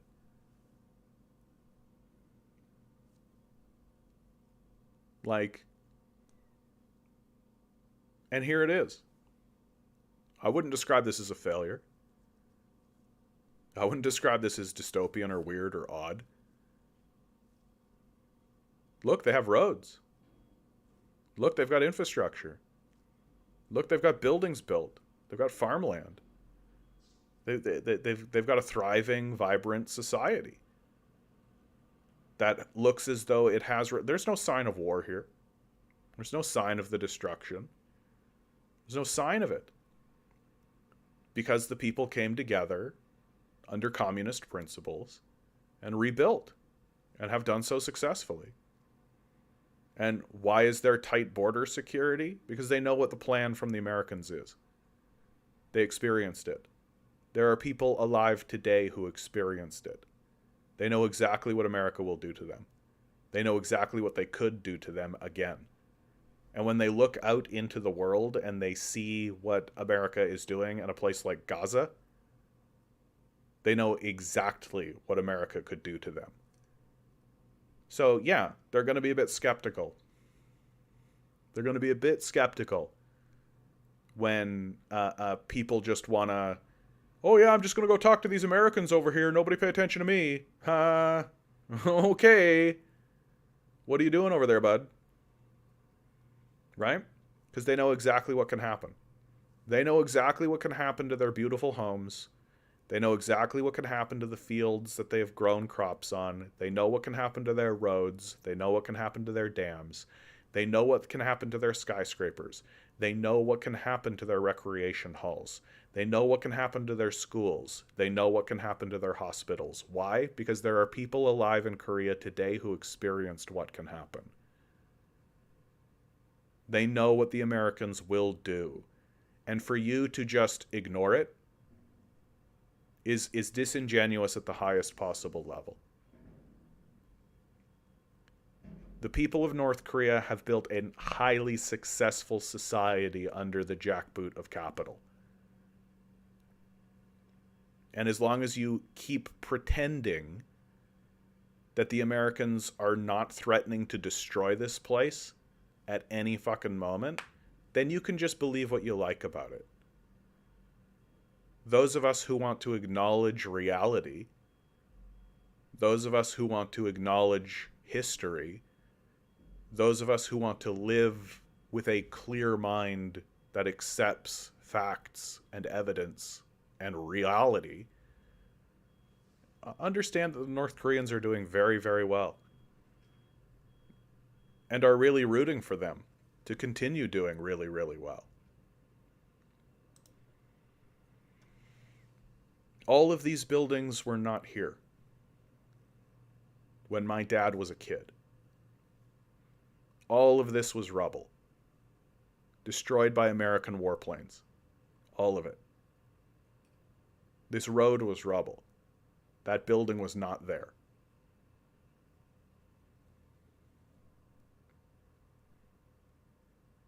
Amit writes, there is war. Well, okay, there is war. They are suspicious that whoever comes back from a foreign country is a spy. They can solve the issue in the better way. Okay, here we go. Here comes the victim blaming. like not allowing people to return. Oh, so they don't want people to be reunited with their families. So much for unification. Simple. SK anyway takes each and every immigrant and grants immediate citizenship. Why just not let people leave and not allow them to return? Because they're not evil? Like, this is a criticism that, like, Michael Parenti has a beautiful quote on this, right? Can you imagine if they did that? Oh, it's an evil communist hellhole. They don't want people to be reunified with their families. Like, that's one of these things that you can critique both ways. And North Korea believes in the concept of reunification. It believes in that process. And they understand that it's going to be a process. Right? And they're not heartless monsters. Right? That the leadership of Korea understands that, like, people are going to leave North Korea for various reasons and then decide to return home because they have basic reason and they understand stories like the prodigal son, that I'm going to leave and go into the world and spend my inheritance and find out that I can't hack it in the world, and so I'm going to come back home and be reunified with my family. And North Korea understands that that's part of the process of being a human being and being alive. That people want to explore and people want to try their luck. People want to see if they can find their fortune, and people fail. Or people just decide that they made a mistake, or they just decide that they have found their fortune, or they found what they were looking for, and they decide that they miss their home and they miss their family. And fundamentally, at the back of all of it, North Korea believes that even though they are in conflict and they need to be suspicious and they need to be skeptical, they fundamentally believe in reunification. That they believe that there will come a day when it will not be North and South Korea anymore, that it will just be Korea. And they believe in that.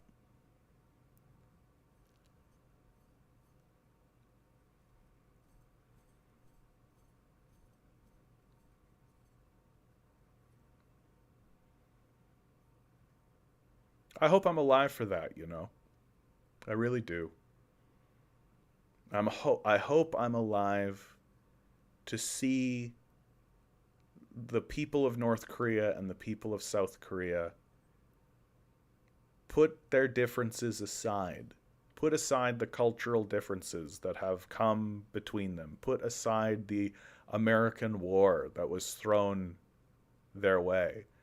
And find a way to realize that they are not enemies, but that they are brothers, that they are cousins, that they are family. I hope I'm alive to see that day, and I hope I'm alive to see that border fall.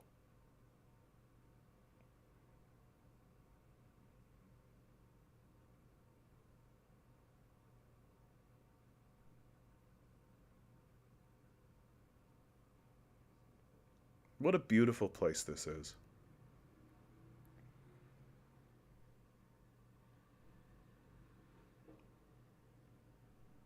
People just living.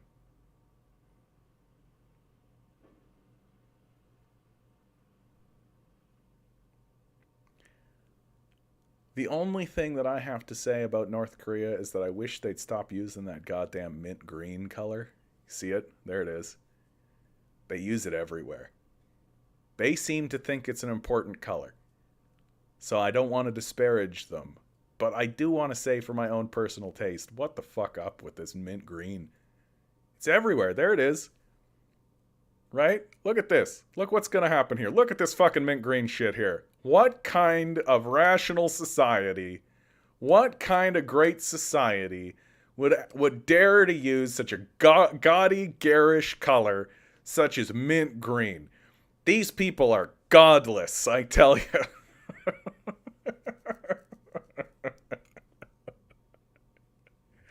Yeah, I don't understand why they choose this color. I mean, it seems important to them. It's fine. It's fine. You know, it's fine. It's totally fine.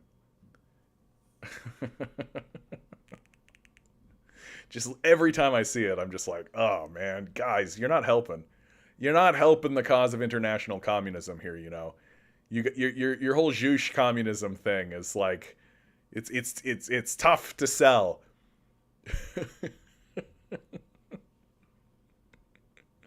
You make it harder to sell when you got all this mint green everywhere.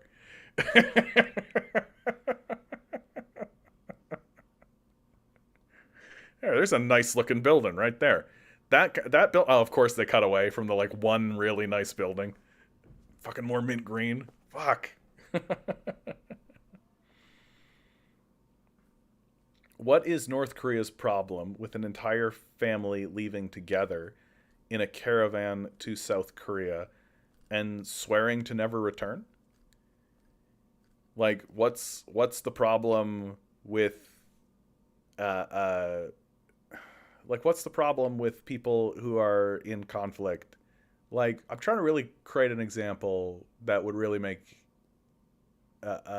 you understand, or try to make you understand. Like, first of all, like this whole mythical idea that people from North Korea like can't leave. Like, is that true? Like, what's your source for that? Like, I just don't know that I believe you. Sort of odd that there's all of these people who have left North Korea, right? Like, it's sort of odd that there's all these people who have left North Korea, uh, uh, and yet we're supposed to believe that like nobody can leave North Korea except all these people who left North Korea. But we're supposed to believe they didn't. But they did. But they didn't. They weren't allowed to. Like, sort of weird. And like, you end up with these guys who are like telling you these like hellhole stories, and I'm like, but what are you talking about?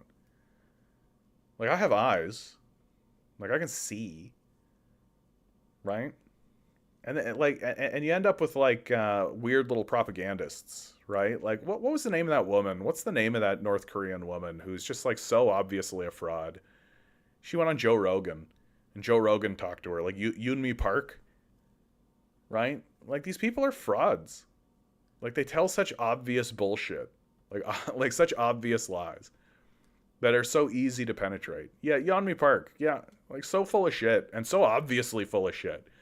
Like, literally telling a story about how like that the North Korean people would have to push a train. You're just like, what are you talking about? Just walk. What are you talking about? Push the train. What are they? And what are they, gods? Like, what are you talking about? But the people who have escaped North Korea have done it at great cost. Okay, cool. I'll take a source on that. Perhaps what they say is exaggerated by their trauma, but the crux is true. Or perhaps, here's a thought, they are CIA plants. There's an idea. There's something the CIA is actually well known for. There's something that Yeonmi Park definitely is. Right? Like, they just tell lies. They just disseminate falsehoods into the society to color people's perceptions so that when they go in and carpet bomb them, the people of that society will be like, yeah, good, carpet bomb those people. Or just stand by and do nothing. Yeah, they should be carpet bombed for the crime of existing. That's right. That's a good thing to do. Right? Which incidentally, again, to remind everybody, the Americans have done within living memory to North Korea. Like, I don't buy your story. I don't think it's true.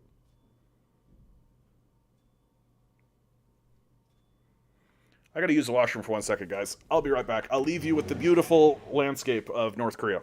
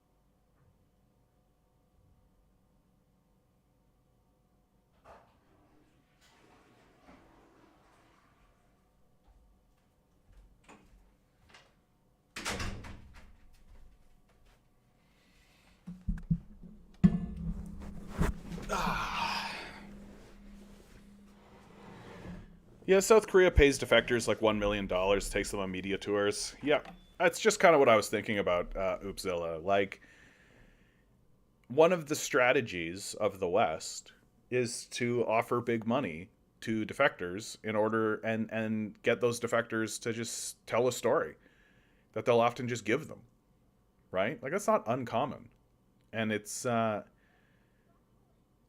like this is why I'm very skeptical, and especially these days, like North Korea allows foreigners in now. There are people on YouTube who you can find. You can just do a YouTube search right now while I'm telling you all about it. I could search them up now and I could show them to you, right? There are Westerners who go to North Korea and vacation there. There are Westerners who go into North Korea and see what's going on. And it's very, very difficult for me to hang on to these stories of like death camps and horrible terror and all of this kind of stuff. And especially because we know that America will totally fucking lie about that kind of stuff. They've told lies about the death camps in the for the Uyghur genocide in China, right? They've told enormous flagrant lies. Very recently, they've told enormous flagrant lies. And so I just don't have any reason to believe these people, especially when I have like video evidence of my own eyes looking at a place. Where are these death camps? Where is it? Like we have satellites that can read street signs, but we can't seem to find any of this shit. Meanwhile, there's like an open air prison, massive genocide going on underneath our noses. The ICJ is literally trying a case right now because of South Africa. Right? That's what a fucking genocide looks like. But we can't seem to find anything. All we end up with is a small handful of defectors who get paid a shit ton of money by the South Korean government in order to tell a story. Well, okay. Has no one ever gone into Korea to check this story? People go. Like, but it's just like, and why fucking would they do this shit? To what end? For what purpose? To achieve what? It's just some boogeyman shit. It's just some fucking boogeyman shit. And when I take even that boogeyman shit and I compare it to the most basic shit that happens in America, it's not even close. It's not even fucking close.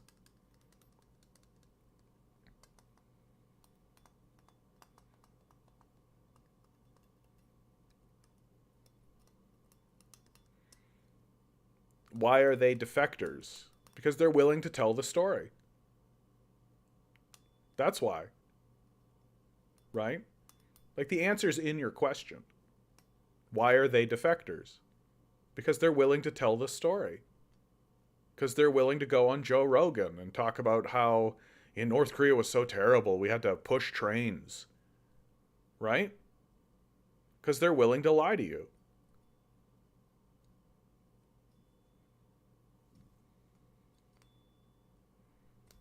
Yeah, it's called atrocity propaganda. Yeah, absolutely. It works so well because it plays on people's emotions. Yeah, which I think is just the most disgusting part about it. Real question, what lies would you tell for $1 million? I would not. It's just not worth it. Like, it's just not worth it to me. Like, a million? Because the reality is that like you might be able to have a nice time with $1 million. You might be able to do some nice stuff for yourself, but you still got to live with yourself, right? You still got to live with yourself. And my assumption is that they're not going to give me $1 million for being like, you gotta lie to Bethany and tell her that you got to just pick something up from this place here so we can have a surprise birthday party, right? Like I assume that's not the kind of lie. I'd lie to the sucker paying me to lie. Hilarious.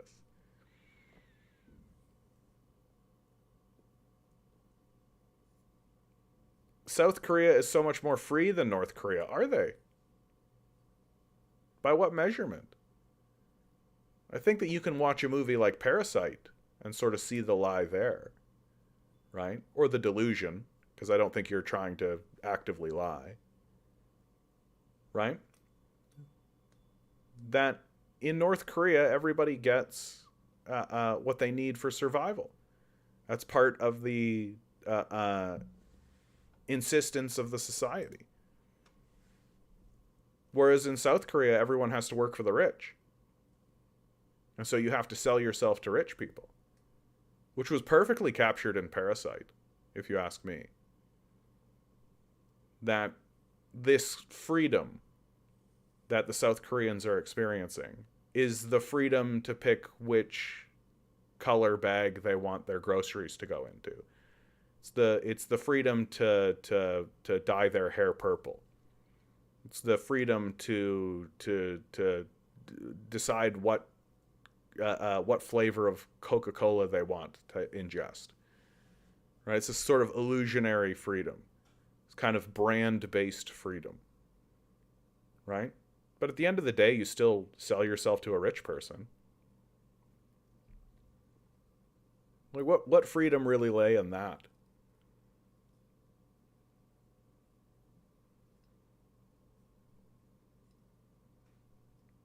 Also, far higher living standards. I mean, it does help that the United States poured like billions of dollars into the region. Sure. Right? They did that to Japan as well. Right? Like I'm sure that if North Korea had billions of dollars poured into it to build infrastructure, it would look a lot better too. But it's doing what it can with the resources that it has. Right? Like when the United States carves out a bunch of resources from Africa and transports it back to the imperial core, and then they decide to take those resources and transfer them over to Japan and South Korea, they do that for a reason, right? The reason why they do that is because they want those places to remain Western vassals, right? Like they don't want South Korea and North Korea to reunify, right? They want to keep South Korea part of the Western Empire and part of the Western sphere of influence. And so a big way to do that is to convince people in those regions that the Western way of life is a better way of life. And a good way to do that is to just pour a lot of money into the region, right? And that's called a higher standard of living. As long as you're willing to sell yourself to Jeff Bezos for it.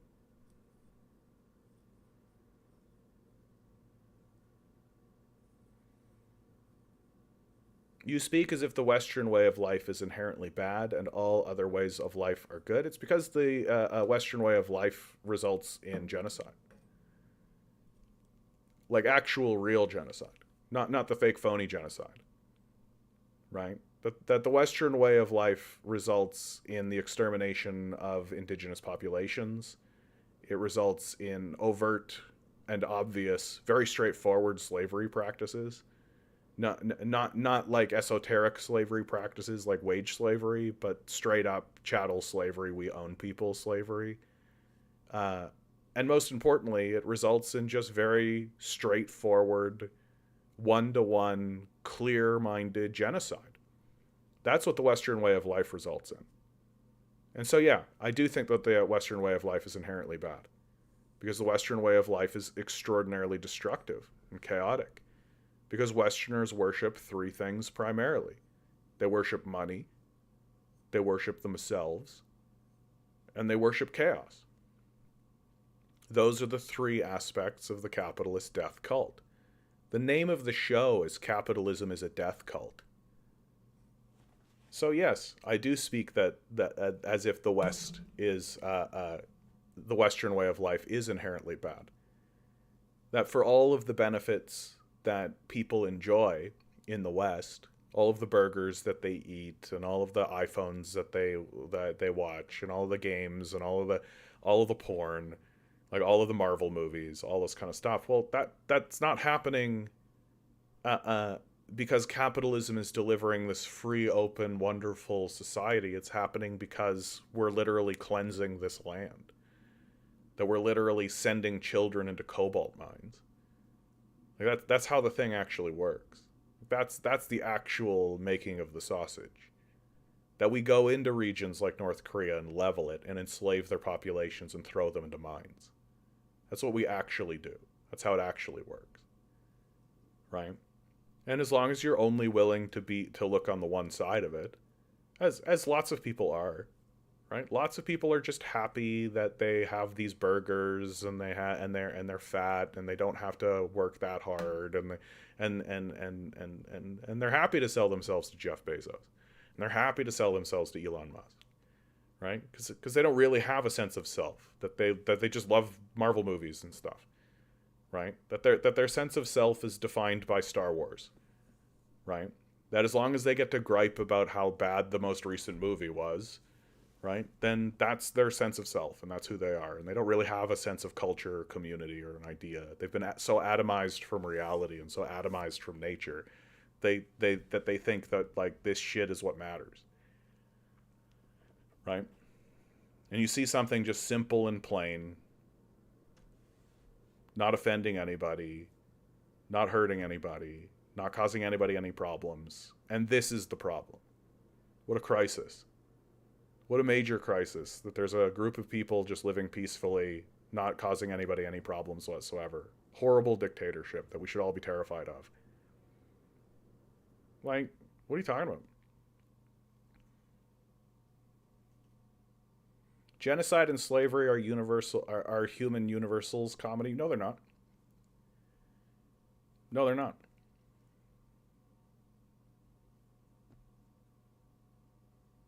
Like, no, they're not. They're certainly universal in the Western world. But like, you can go ahead and show me the ethnic cleansing that communists have committed. You can go and show me the like mass scale, massive war of aggression that communists committed. Where's the 25 million people? Where's the Holocaust? Where's the Gaza genocide? Like where is it? Like the worst that the Soviet Union ever did, near as I can tell, is in its waning years as a communist country, invaded Afghanistan.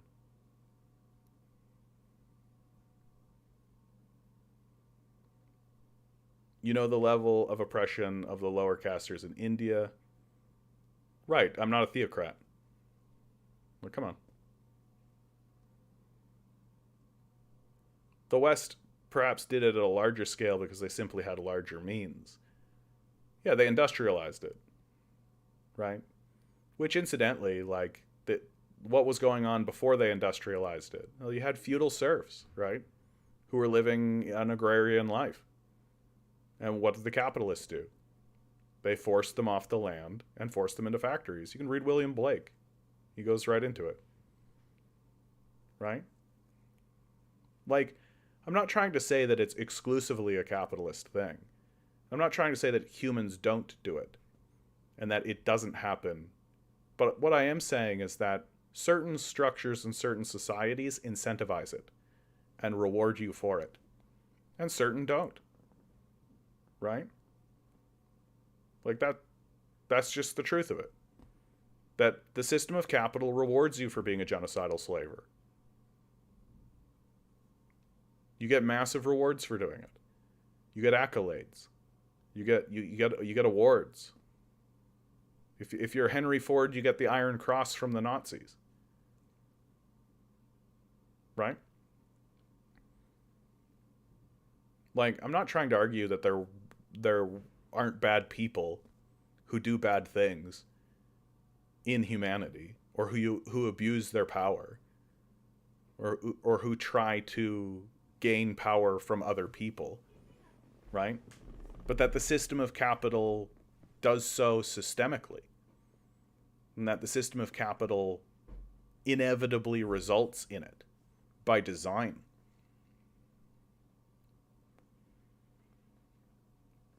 And that we can evolve away from it, and that we can move away from it, that we can continue to build institutions and structures that disincentivize that type of thinking and disincentivize that way of being, and say this isn't appropriate, that we should constantly be working to move away from that, right? Like, just because murder exists everywhere doesn't mean that we should structurally encourage it, right? Like, that's the oddest thing that happens. People say, "Oh, well, it's human nature to be greedy, so oh well." So what? We should structurally incentivize it? How about no? How about we say, okay, greed exists within the human heart and within the human spirit. Sure. Why are we structurally incentivizing it? Why are we saying, oh, this is a good thing that we should definitely encourage? As opposed to saying, oh, okay, that definitely exists, so we should put deterrence into the society. And we should say that we should have checks and balances and ways by which we say this should not persist in the society. We should not encourage this.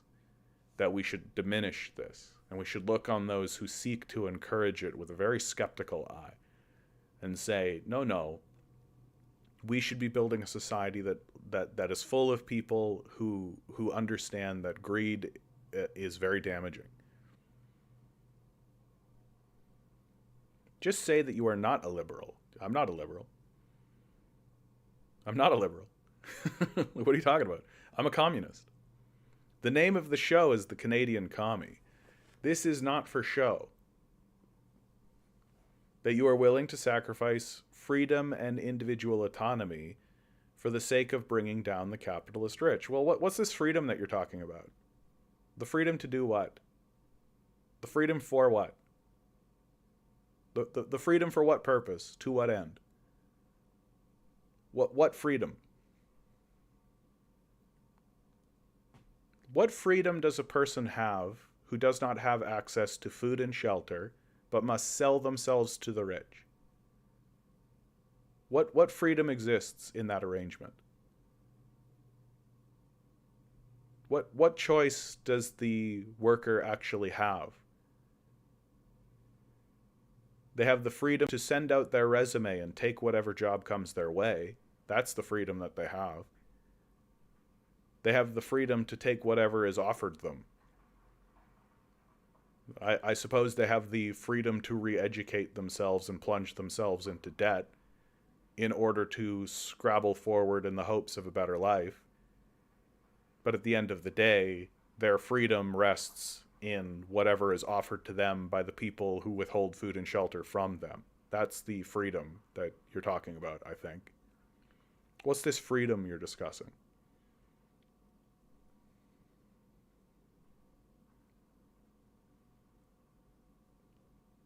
You write, I strongly support wealth redistribution. Great.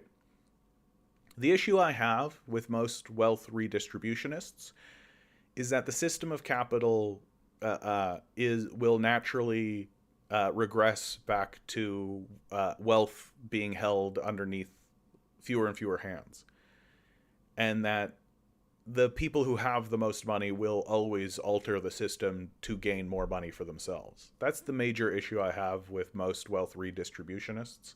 Is they don't really want to acknowledge that the system of capital regresses in that way. Uh, like if you play a game of Monopoly, like that's how it regresses.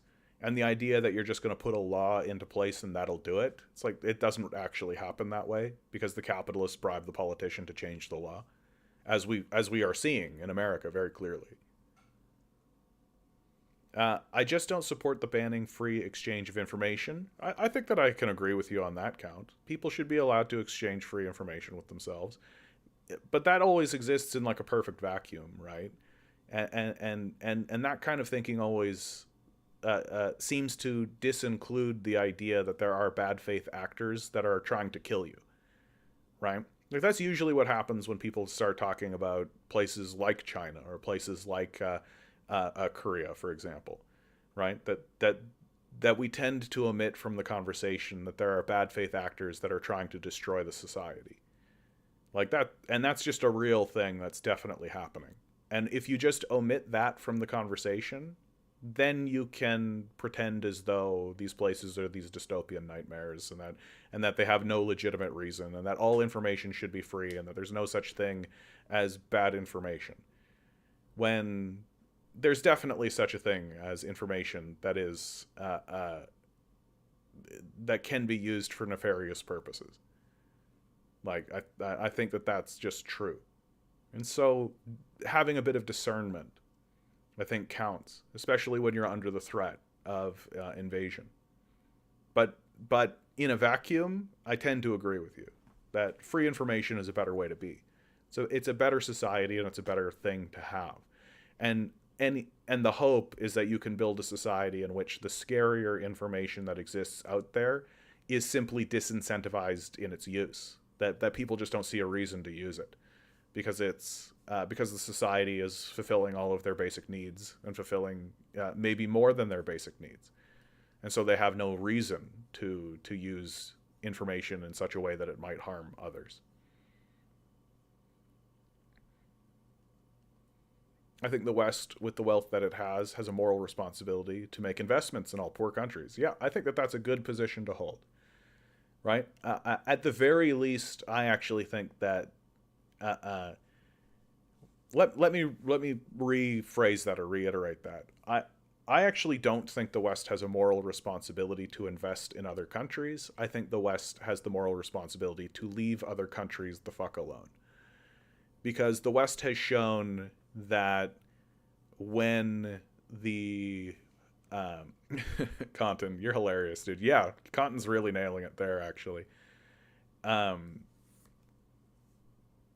the West believes that its investments are good, and so it'll just like go in there and bully the shit out of people, believing that they're doing it for the greater good, right? So I'm very skeptical of the West's intentions. It's really shown over and over again that it's not a wholesome force. It's not trying to help people in the societies that they're in. It would be nice if they were, but they aren't. And so my position is actually that the West should just fuck off and leave people alone. Wealth distribution is like a cycle, not a one-time thing. Yeah, like it has to be like a cycle. But my argument isn't that it shouldn't be a cycle. My argument is that capitalists will destroy that cycle. That's my argument.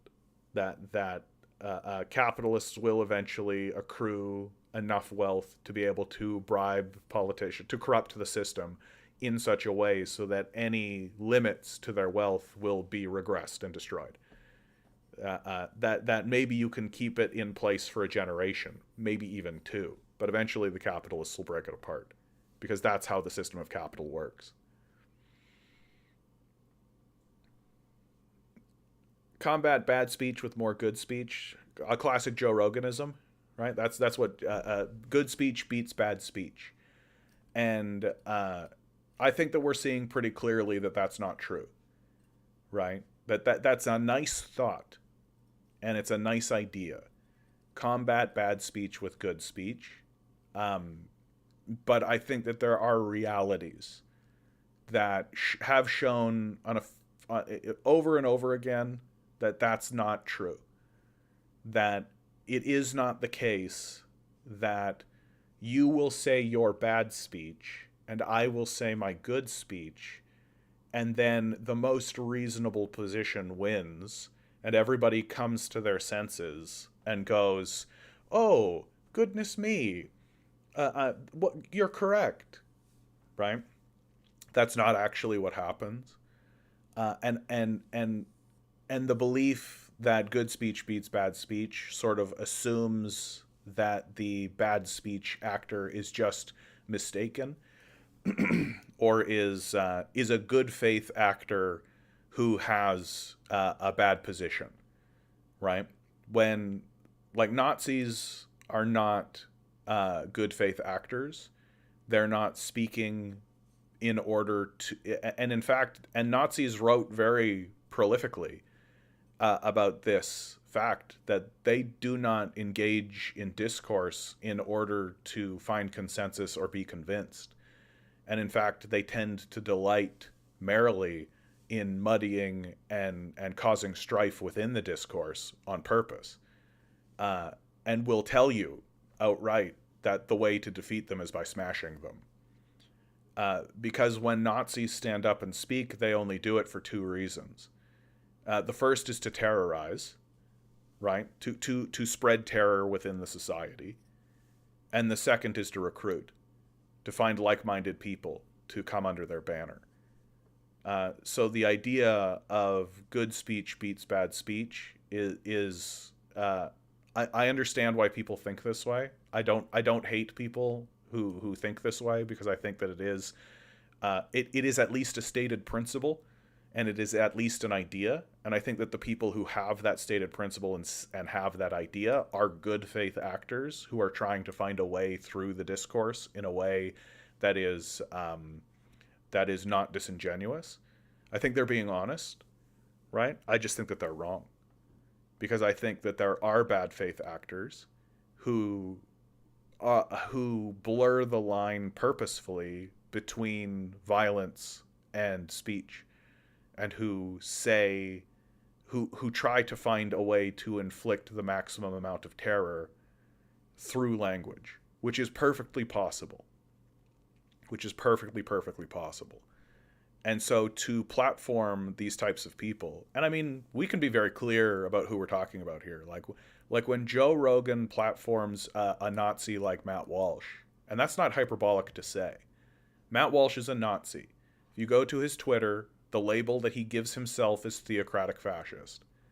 So a Nazi like Matt Walsh, spreading around his lies and disinformation, his terror porn against trans people, that to me is deeply unacceptable. Because Matt Walsh only speaks for two reasons: to terrorize people, in this case trans people, right, with his anti-trans terror porn. What is a woman? As if he's the authority on the subject.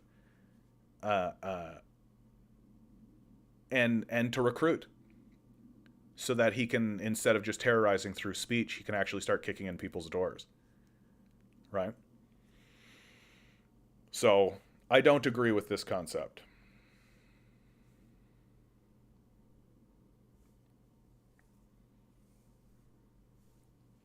When I talk about investments, I'm talking about places like Japan and South Korea. Why not do the same equally for all countries?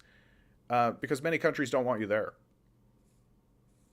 Just very simply, that they want to develop on their own terms, and they're not interested in what the West has to deliver. And like Japan is an interesting one to bring up, because Japan was nuked twice, right? Like these places didn't develop because they looked at the West and said, "Oh, hey, look at what the West is doing. Bring that over here. Hooray, here come the Western investors," right? They did it because they bent the knee, because they were destroyed, because the West rolled in, nuked them, and said, "Work for us or die." And they said, "Okay." And they capitulated. Like, that's what happened. And then after they capitulated, and after they became Western, and after they demilitarized and and integrated their militaries to the degree that they're permitted to have them into the West, and became Western vassals, then the West is willing to pour in resources in order to make them this glittering icon and have this enslaved underclass that work for the rich. Like everywhere else in capitalist society. I really thought you were a cool dude, Kami. It's because I am a cool dude. Thank you. I was almost liking you. Oh, that's kind of you. When you went against the tyranny hypocrisy of the church, and when you supported people having sex with whoever they like, now I see their true colors. You do not have faith in the idea of freedom at all. Well, you're not really defining what freedom is. Like, what's freedom? Like, what's freedom? Like, that seems to be what's most important to you. What's freedom? Because I think you and I probably just have a different idea of what freedom is. Because I don't think the freedom to choose what type of burger you put in your face is freedom.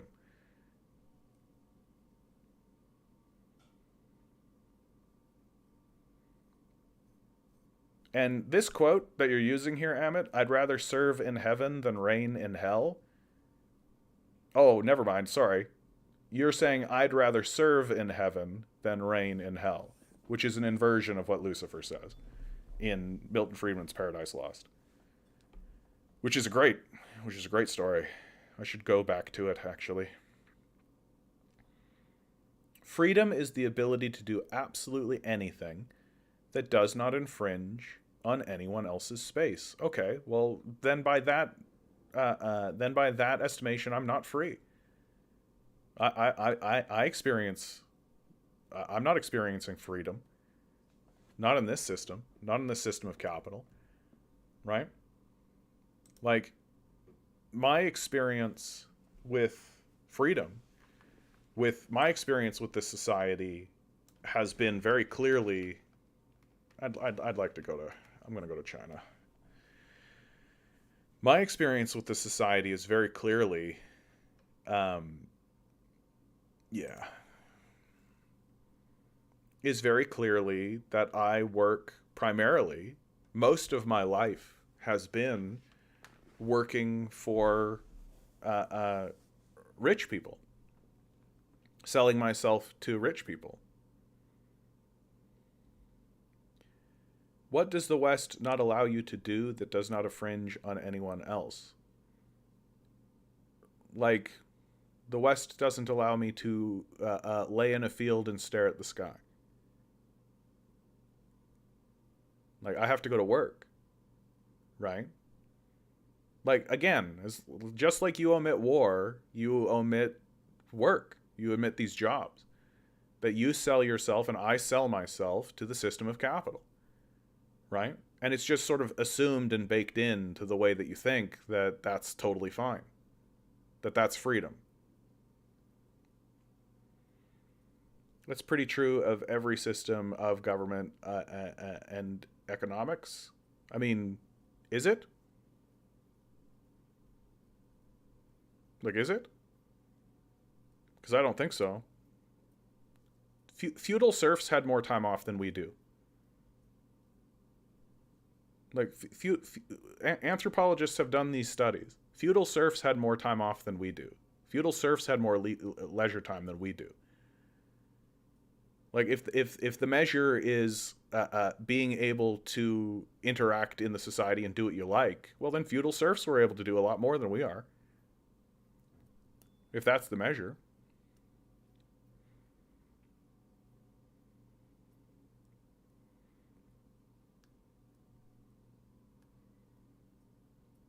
But you're inverting what's actually happening, Emmett. Just like you ignore war, right? You ignore the reality of what's actually happening. That I would like the product of my labor for myself, but that's taken by the capitalist. The capitalist takes my surplus value away from me, right?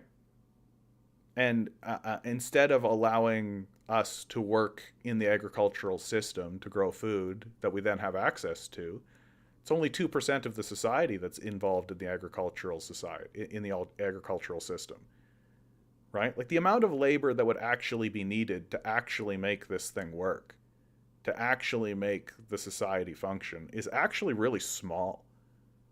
Like, it's really, really tiny. Like, everybody's scrabbling around trying to find work because there isn't actually that much work that needs to be done.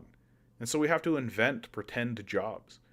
Like, David Graeber wrote a wonderful book called Bullshit Jobs, where he talked about this. And, like, the amount of wasted time that happens because we have to sell ourselves to capitalists, who incidentally withhold the food and shelter. Like, we don't have access to food and shelter unless we sell ourselves to capitalism. This isn't freedom. It's not the freedom you're describing. You just sort of accept that that's the case. That capitalists have the right to withhold food and shelter from us, and we have to sell ourselves to them, and that's just naturally right and good. I just don't accept that position. I don't accept the position of divine authority that you've bestowed upon the capitalists.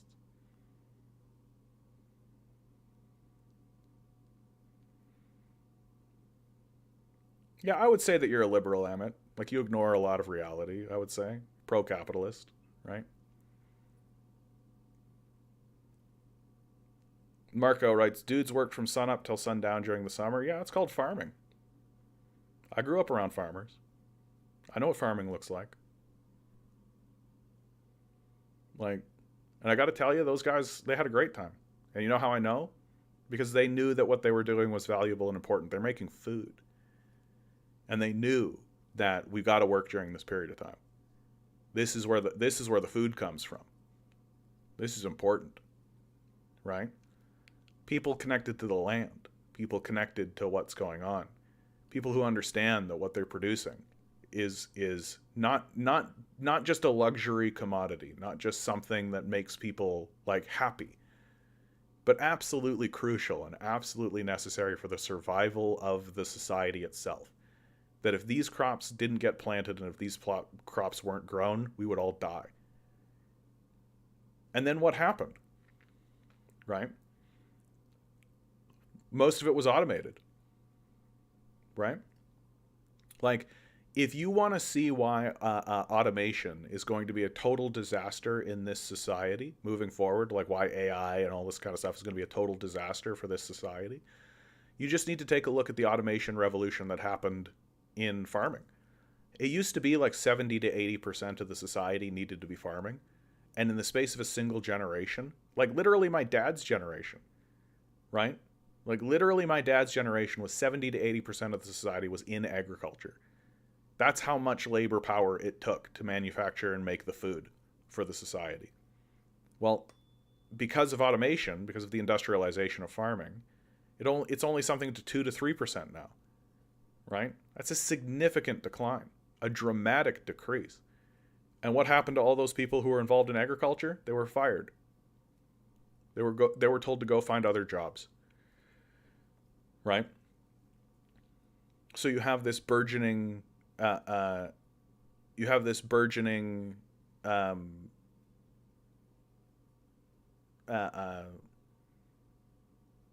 service sector, right? What's called the service sector, because you have lots of people who are just selling themselves to McDonald's in order to distribute burgers to people so that they can survive. Because fundamentally, the structure of the piece is that the food and shelter is withheld from people, and that it's the owners of the land, it's the capitalists that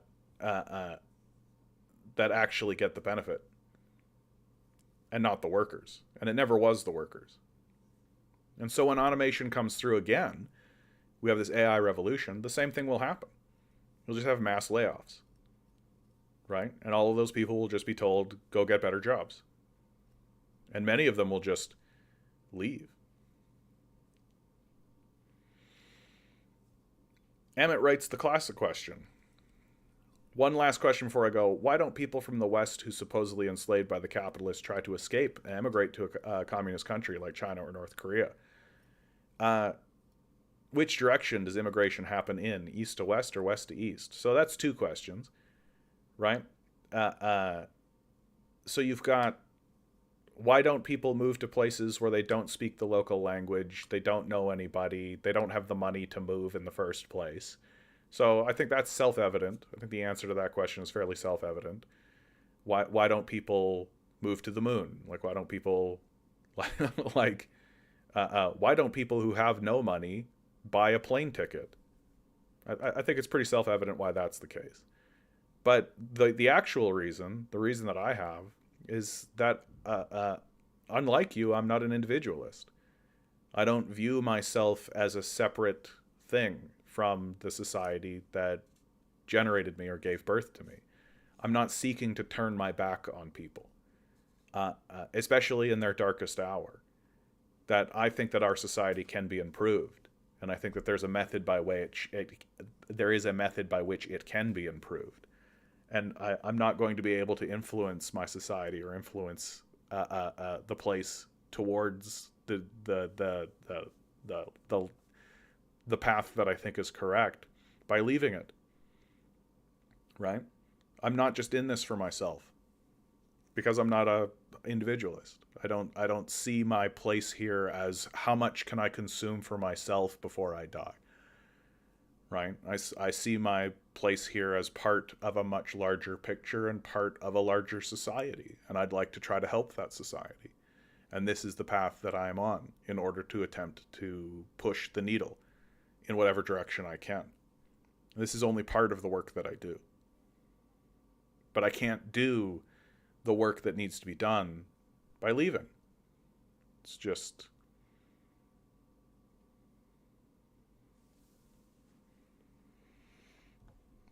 what the fuck is this?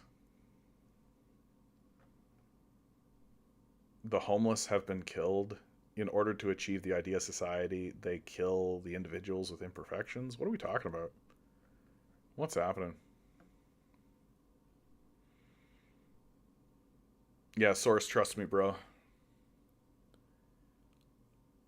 Oh, and then to answer the second question, which direction does immigration happen in, east to west or west to east? Yeah, people generally flee to places that are not being bombed. That's true.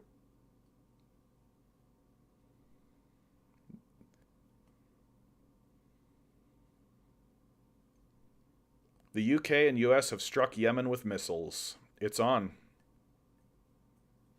Wow.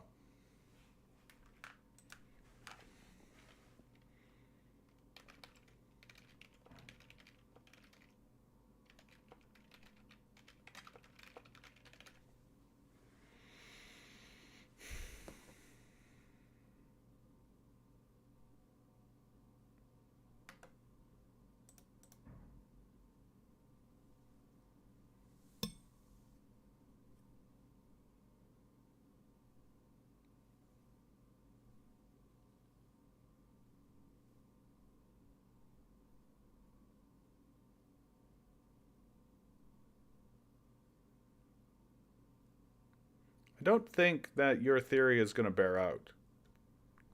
The West is very xenophobic, right? The West is extremely xenophobic.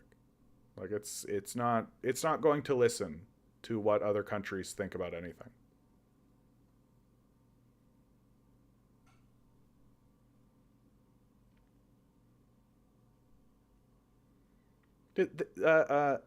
Zorica, I mean, you can't compare the two, especially since AI will get rid of jobs.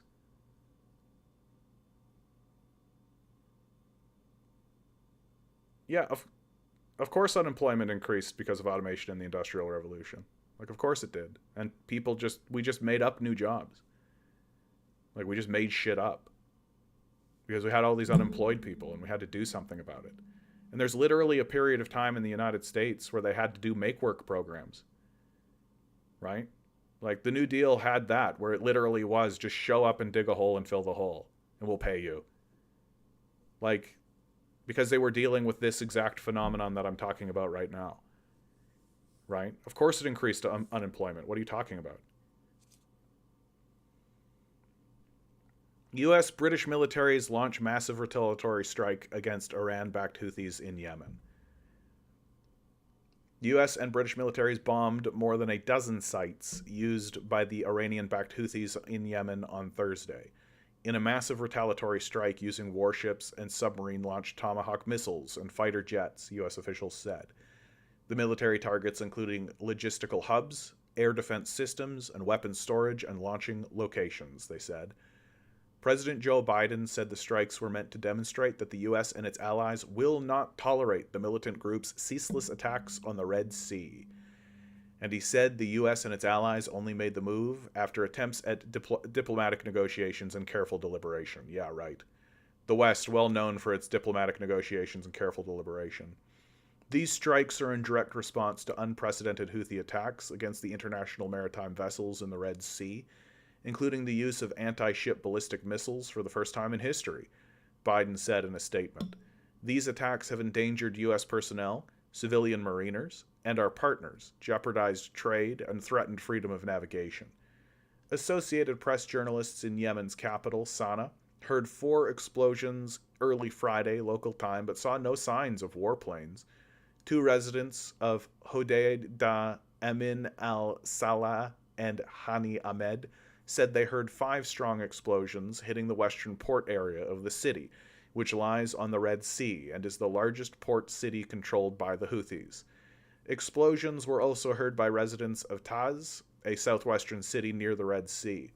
The strikes marked the first U.S. military response to what has been a persistent campaign of drone and missile attacks on commercial ships since the start of the Israel-Hamas war. I love that they're calling it the Israel-Hamas war and not the Gaza genocide, which is what it is.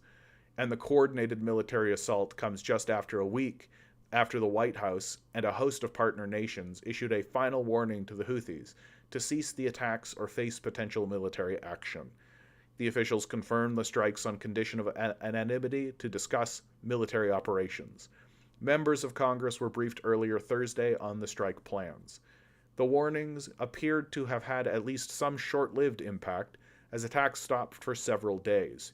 On Tuesday, however, the Houthi rebels fired their largest ever barrage of drones and missiles, targeting shipping in the Red Sea, with U.S. and British ships and American fighter jets responding by shooting down 18 drones, 2 cruise missiles, and an anti-ship missile. And on Thursday, the Houthis fired an anti-ship ballistic missile into the Gulf of Aden, which was seen by a commercial ship but did not hit the ship. In a separate statement, UK Prime Minister Rishi Sunak said the Royal Air Force carried out targeted strikes against military facilities used by the Houthis. Noting the militants have carried out a series of dangerous attacks on shipping, he added, "This cannot stand." He said the UK took limited, necessary, and proportionate action in self-defense, alongside the United States with non-operational support from the Netherlands, Canada, and Bahrain against targets tied to these attacks, to degrade Houthi military capabilities and protect global shipping. The rebels, who have carried out 27 attacks involving dozens of drone and missiles since November 19th, said Thursday that any attack by American forces on its sites in Yemen will spark a fierce military response. The response to any American attack will not only be at the level on the operation that was recently carried out with more than 24 drones and several missiles, said Abdel Malek al-Houthi, the group's supreme leader, during an hour-long speech. It will be greater than that. The Houthis say their assaults are aimed at stopping Israel's war on Hamas in the Gaza Strip, but their targets increasingly have little or no connection to Israel and imperil a crucial trade route linking Asia and the Middle East with Europe. Meanwhile, that's a fun claim to make. Yeah, their targets are they've got no connections to Israel whatsoever. It's all just US and UK stuff. No connection whatsoever. Meanwhile, the UN Security Council passed a resolution Wednesday that demanded the Houthis immediately cease the attacks and implicitly condemn their weapon supplier, Iran. It was approved by a vote of 11-0 with 4 abstentions by Russia, China, Algeria, and Mozambique. I'm sure the Palestinians really give a shit about what the UN Security Council is saying right now. Britain's participation in the strikes underscore the Biden administration's effort to use a broad international coalition to battle the Houthis, rather than appear to be going it alone. More than 20 nations are already participating in a U.S.-led maritime mission to increase ship protection in the Red Sea. U.S. officials for weeks had declined to signal when their international patience would run out, and they would strike back at the Houthis, even as multiple commercial vessels were struck by missiles and drones, prompting companies to look at rerouting their ships. On Wednesday, however, U.S. officials again warned of consequences.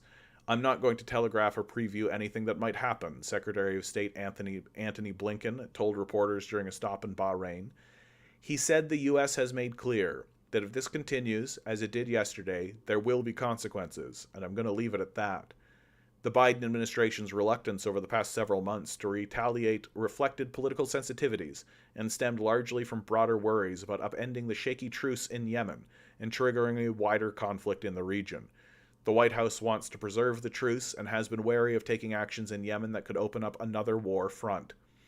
The impact on international shipping and the escalating attacks, however, triggered the coalition warning, which was signed by the United States, Australia, Bahrain, Belgium, Canada, Denmark, Germany, Italy, Japan, Netherlands, New Zealand, Singapore, and the United Kingdom.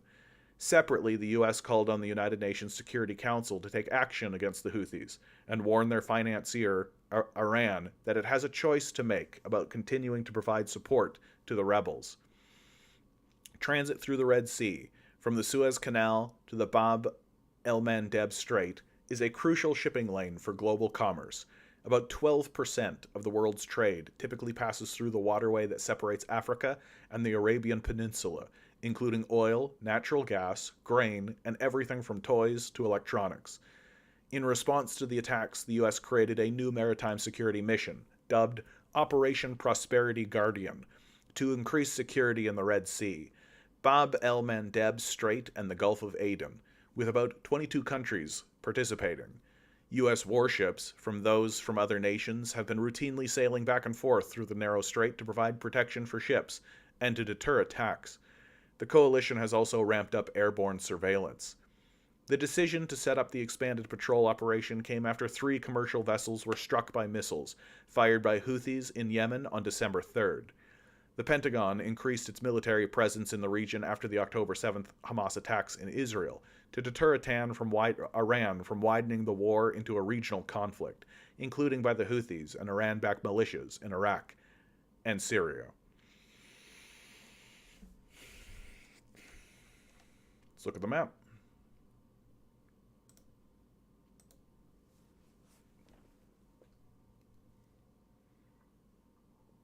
Let's look at the map.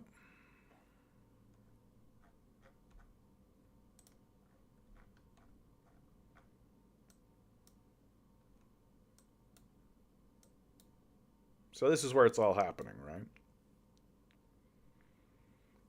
It's kind of difficult for me to believe that this is going to result in anything other than a widening of this conflict, right? So let's just go through the recent history. 2003, if I'm not mistaken, the United States invades Iraq because of 9/11. Afghanistan occurs at the same time, right? CIA death squads and the like, same story over here. You have the Syrian conflict, right? Let's not forget about Libya. That happens shortly thereafter. So the United States has very recently done a lot of military action in Ethiopia and Somalia. I'm sure we've all heard of the Somali pirates. Thanks, Tom Hanks. Right? This guy, we all remember that guy. Right?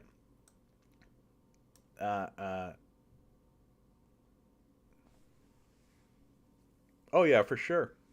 Yeah, they're manufacturing consent for a war with Iran. I think that's what's been going on this entire time. Honestly, I think that's what's been going on this entire time. That they're looking for an excuse to go into Iran and to destroy Iran. And they've been talking that way since the beginning. Like we all remember that. What was the name of that general? There was a general that straight up openly talked about it. How he's like, yeah, they came up to me and they said, we've got a plan to invade Iraq. So, well, why are we invading Iraq? I think it's because they don't know what to do.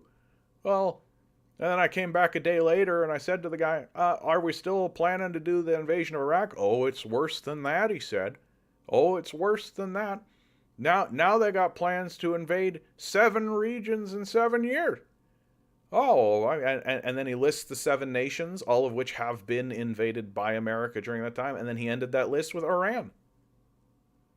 Now, the timeline's been longer than 7 years, obviously, but the plan was always to invade Iran.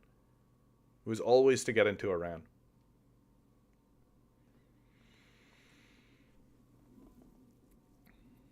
This might give them the excuse they need. This might be the way that they get in.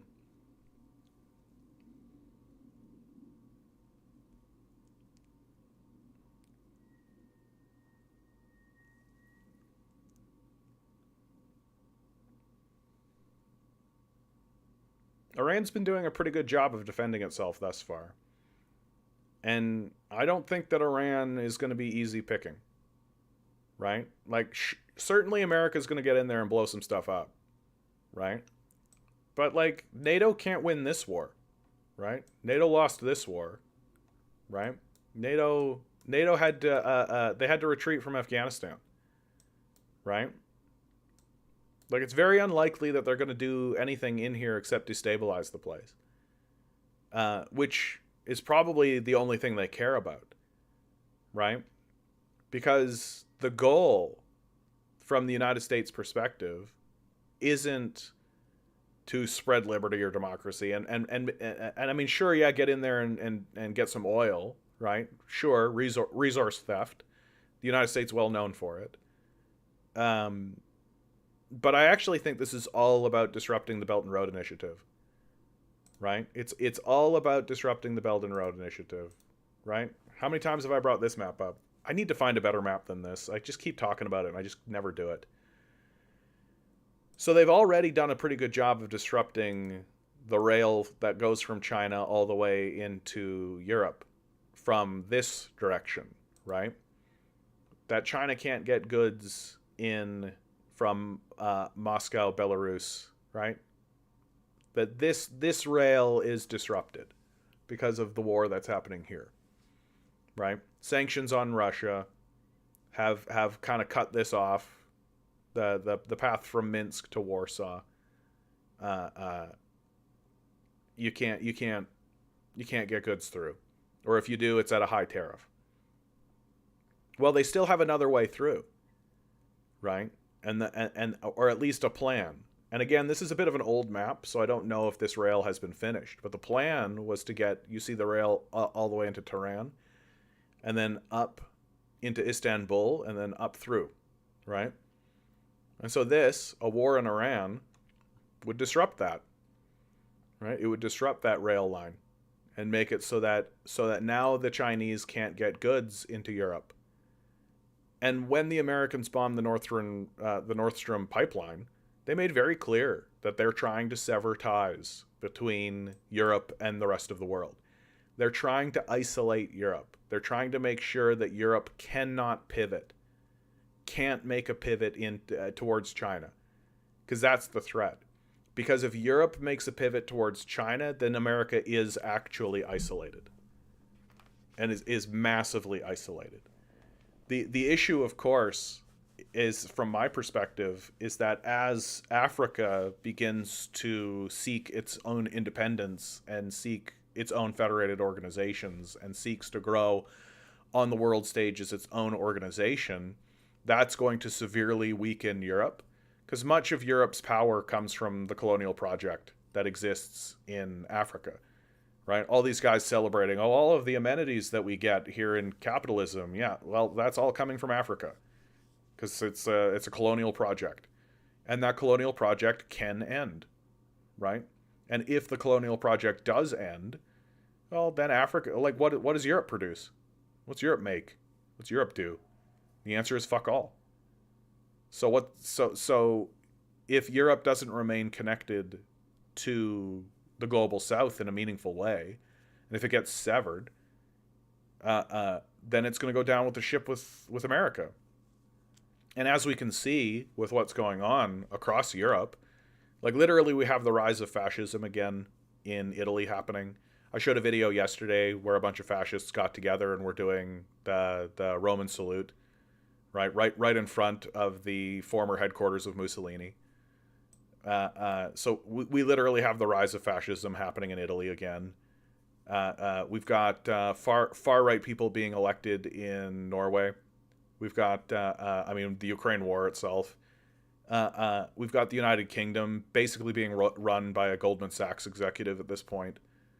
So the far right is taking over, right? The far right is taking over. And yet BRICS has helped increase the pressure to disrupt the Middle East. Yeah, it's very threatening. For those of you who don't know, BRICS is an informal alliance between Brazil, Russia, India, China, and South Africa, hence the name BRICS, which very recently a whole lot of people signed up for. A whole lot of people are getting on board with this. And China has steadily become the world's #1 trading partner, which is very, very, very, very scary for the United States. And the United States doesn't know what to do about it. Because the way the United States has always operated in the world is go in, bomb them, steal their shit, enslave the population. That's the way it's always operated.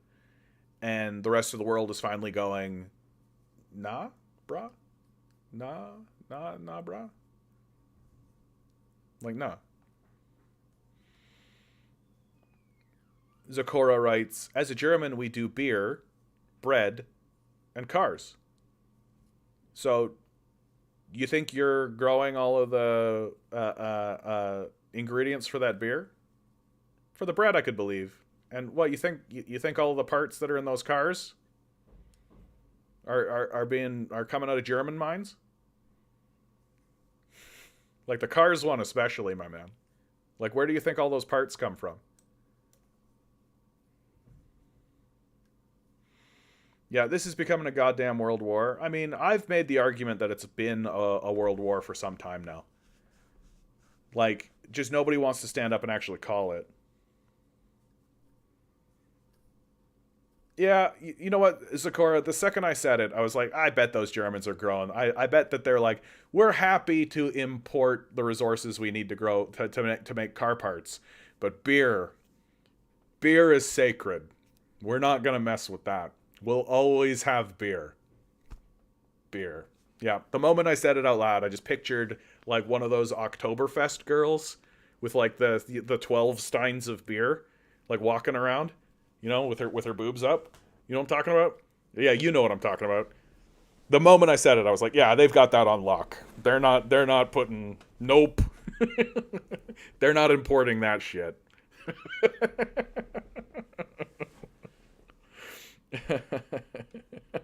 Yep. We have the Reinheitsgebot beer. I definitely mispronounced that, my man. It's literally two ingredients, water and hop. Yep. On lock. We will always have Oktoberfest. Ugh.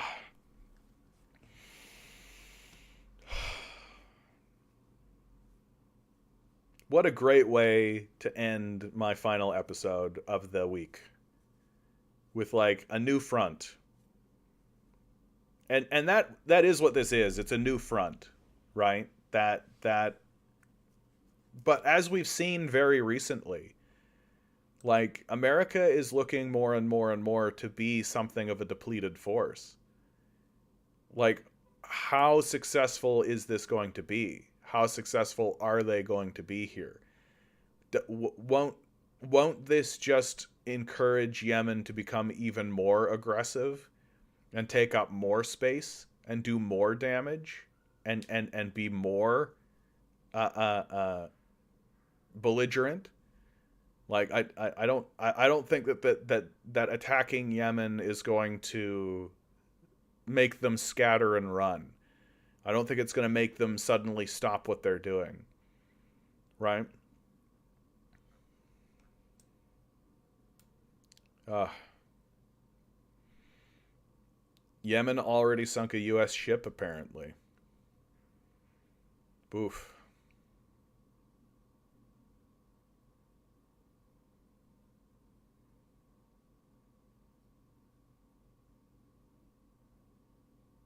Oh, sure. Let's do it.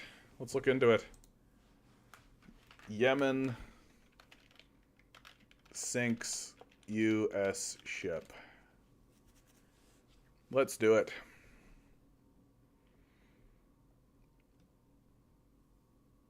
U.S. Army attacks. U.S. forces killed boat crews. Yemen Houthis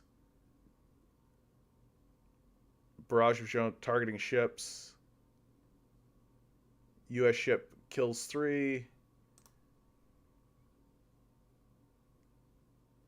U.S. No, that's a while back. Yeah, I'm not seeing that. I'm not really seeing that, but that's not to say it's not happened. But it's just I'm not seeing it jump in front of me, because I think this story where the U.S. Navy sinks 3 Houthi boats. U.S. Navy sinks 3 Houthi boats. That's what we're gonna see. So if you've got that story, please let me know what I should Google or what I should look for in order to find it, because I wouldn't mind seeing that story myself. Oh,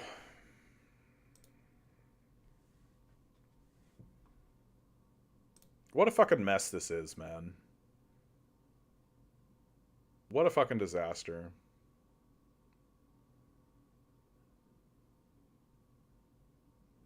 The Americans are really going to pull the switch on it, eh?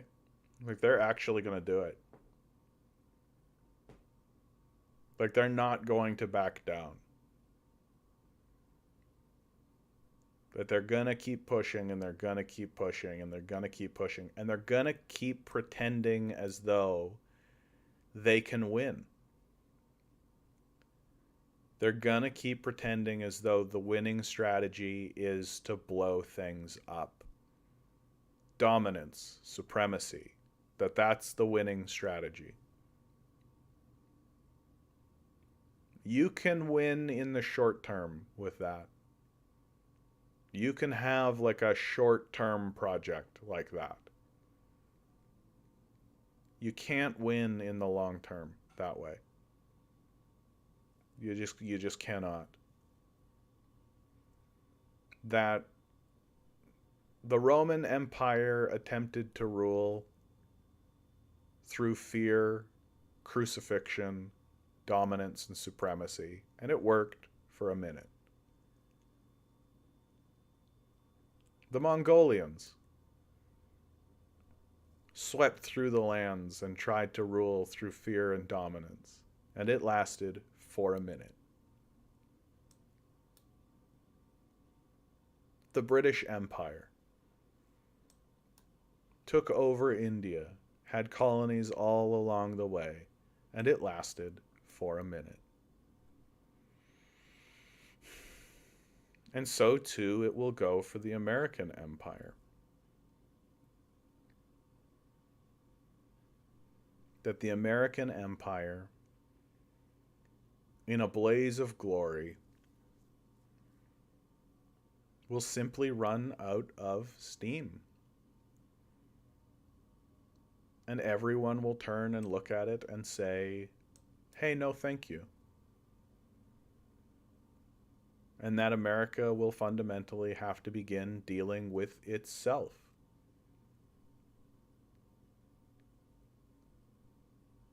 And that will eventually start to take up so much of its resources and so much of its effort and so much of its time and so much of its focus that the entire rest of the world will just get on with it.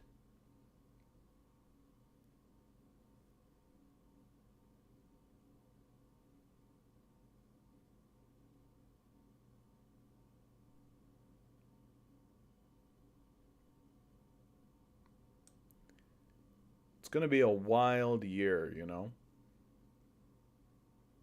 It's going to be a wild year. I think that there's going to be a lot of revelations. And there's going to be a lot of truth. And I think a lot of masks are going to come off. And people are going to stop bullshitting and start showing us exactly who they are in 2024. I think that it'll be a period of great clarity for everyone.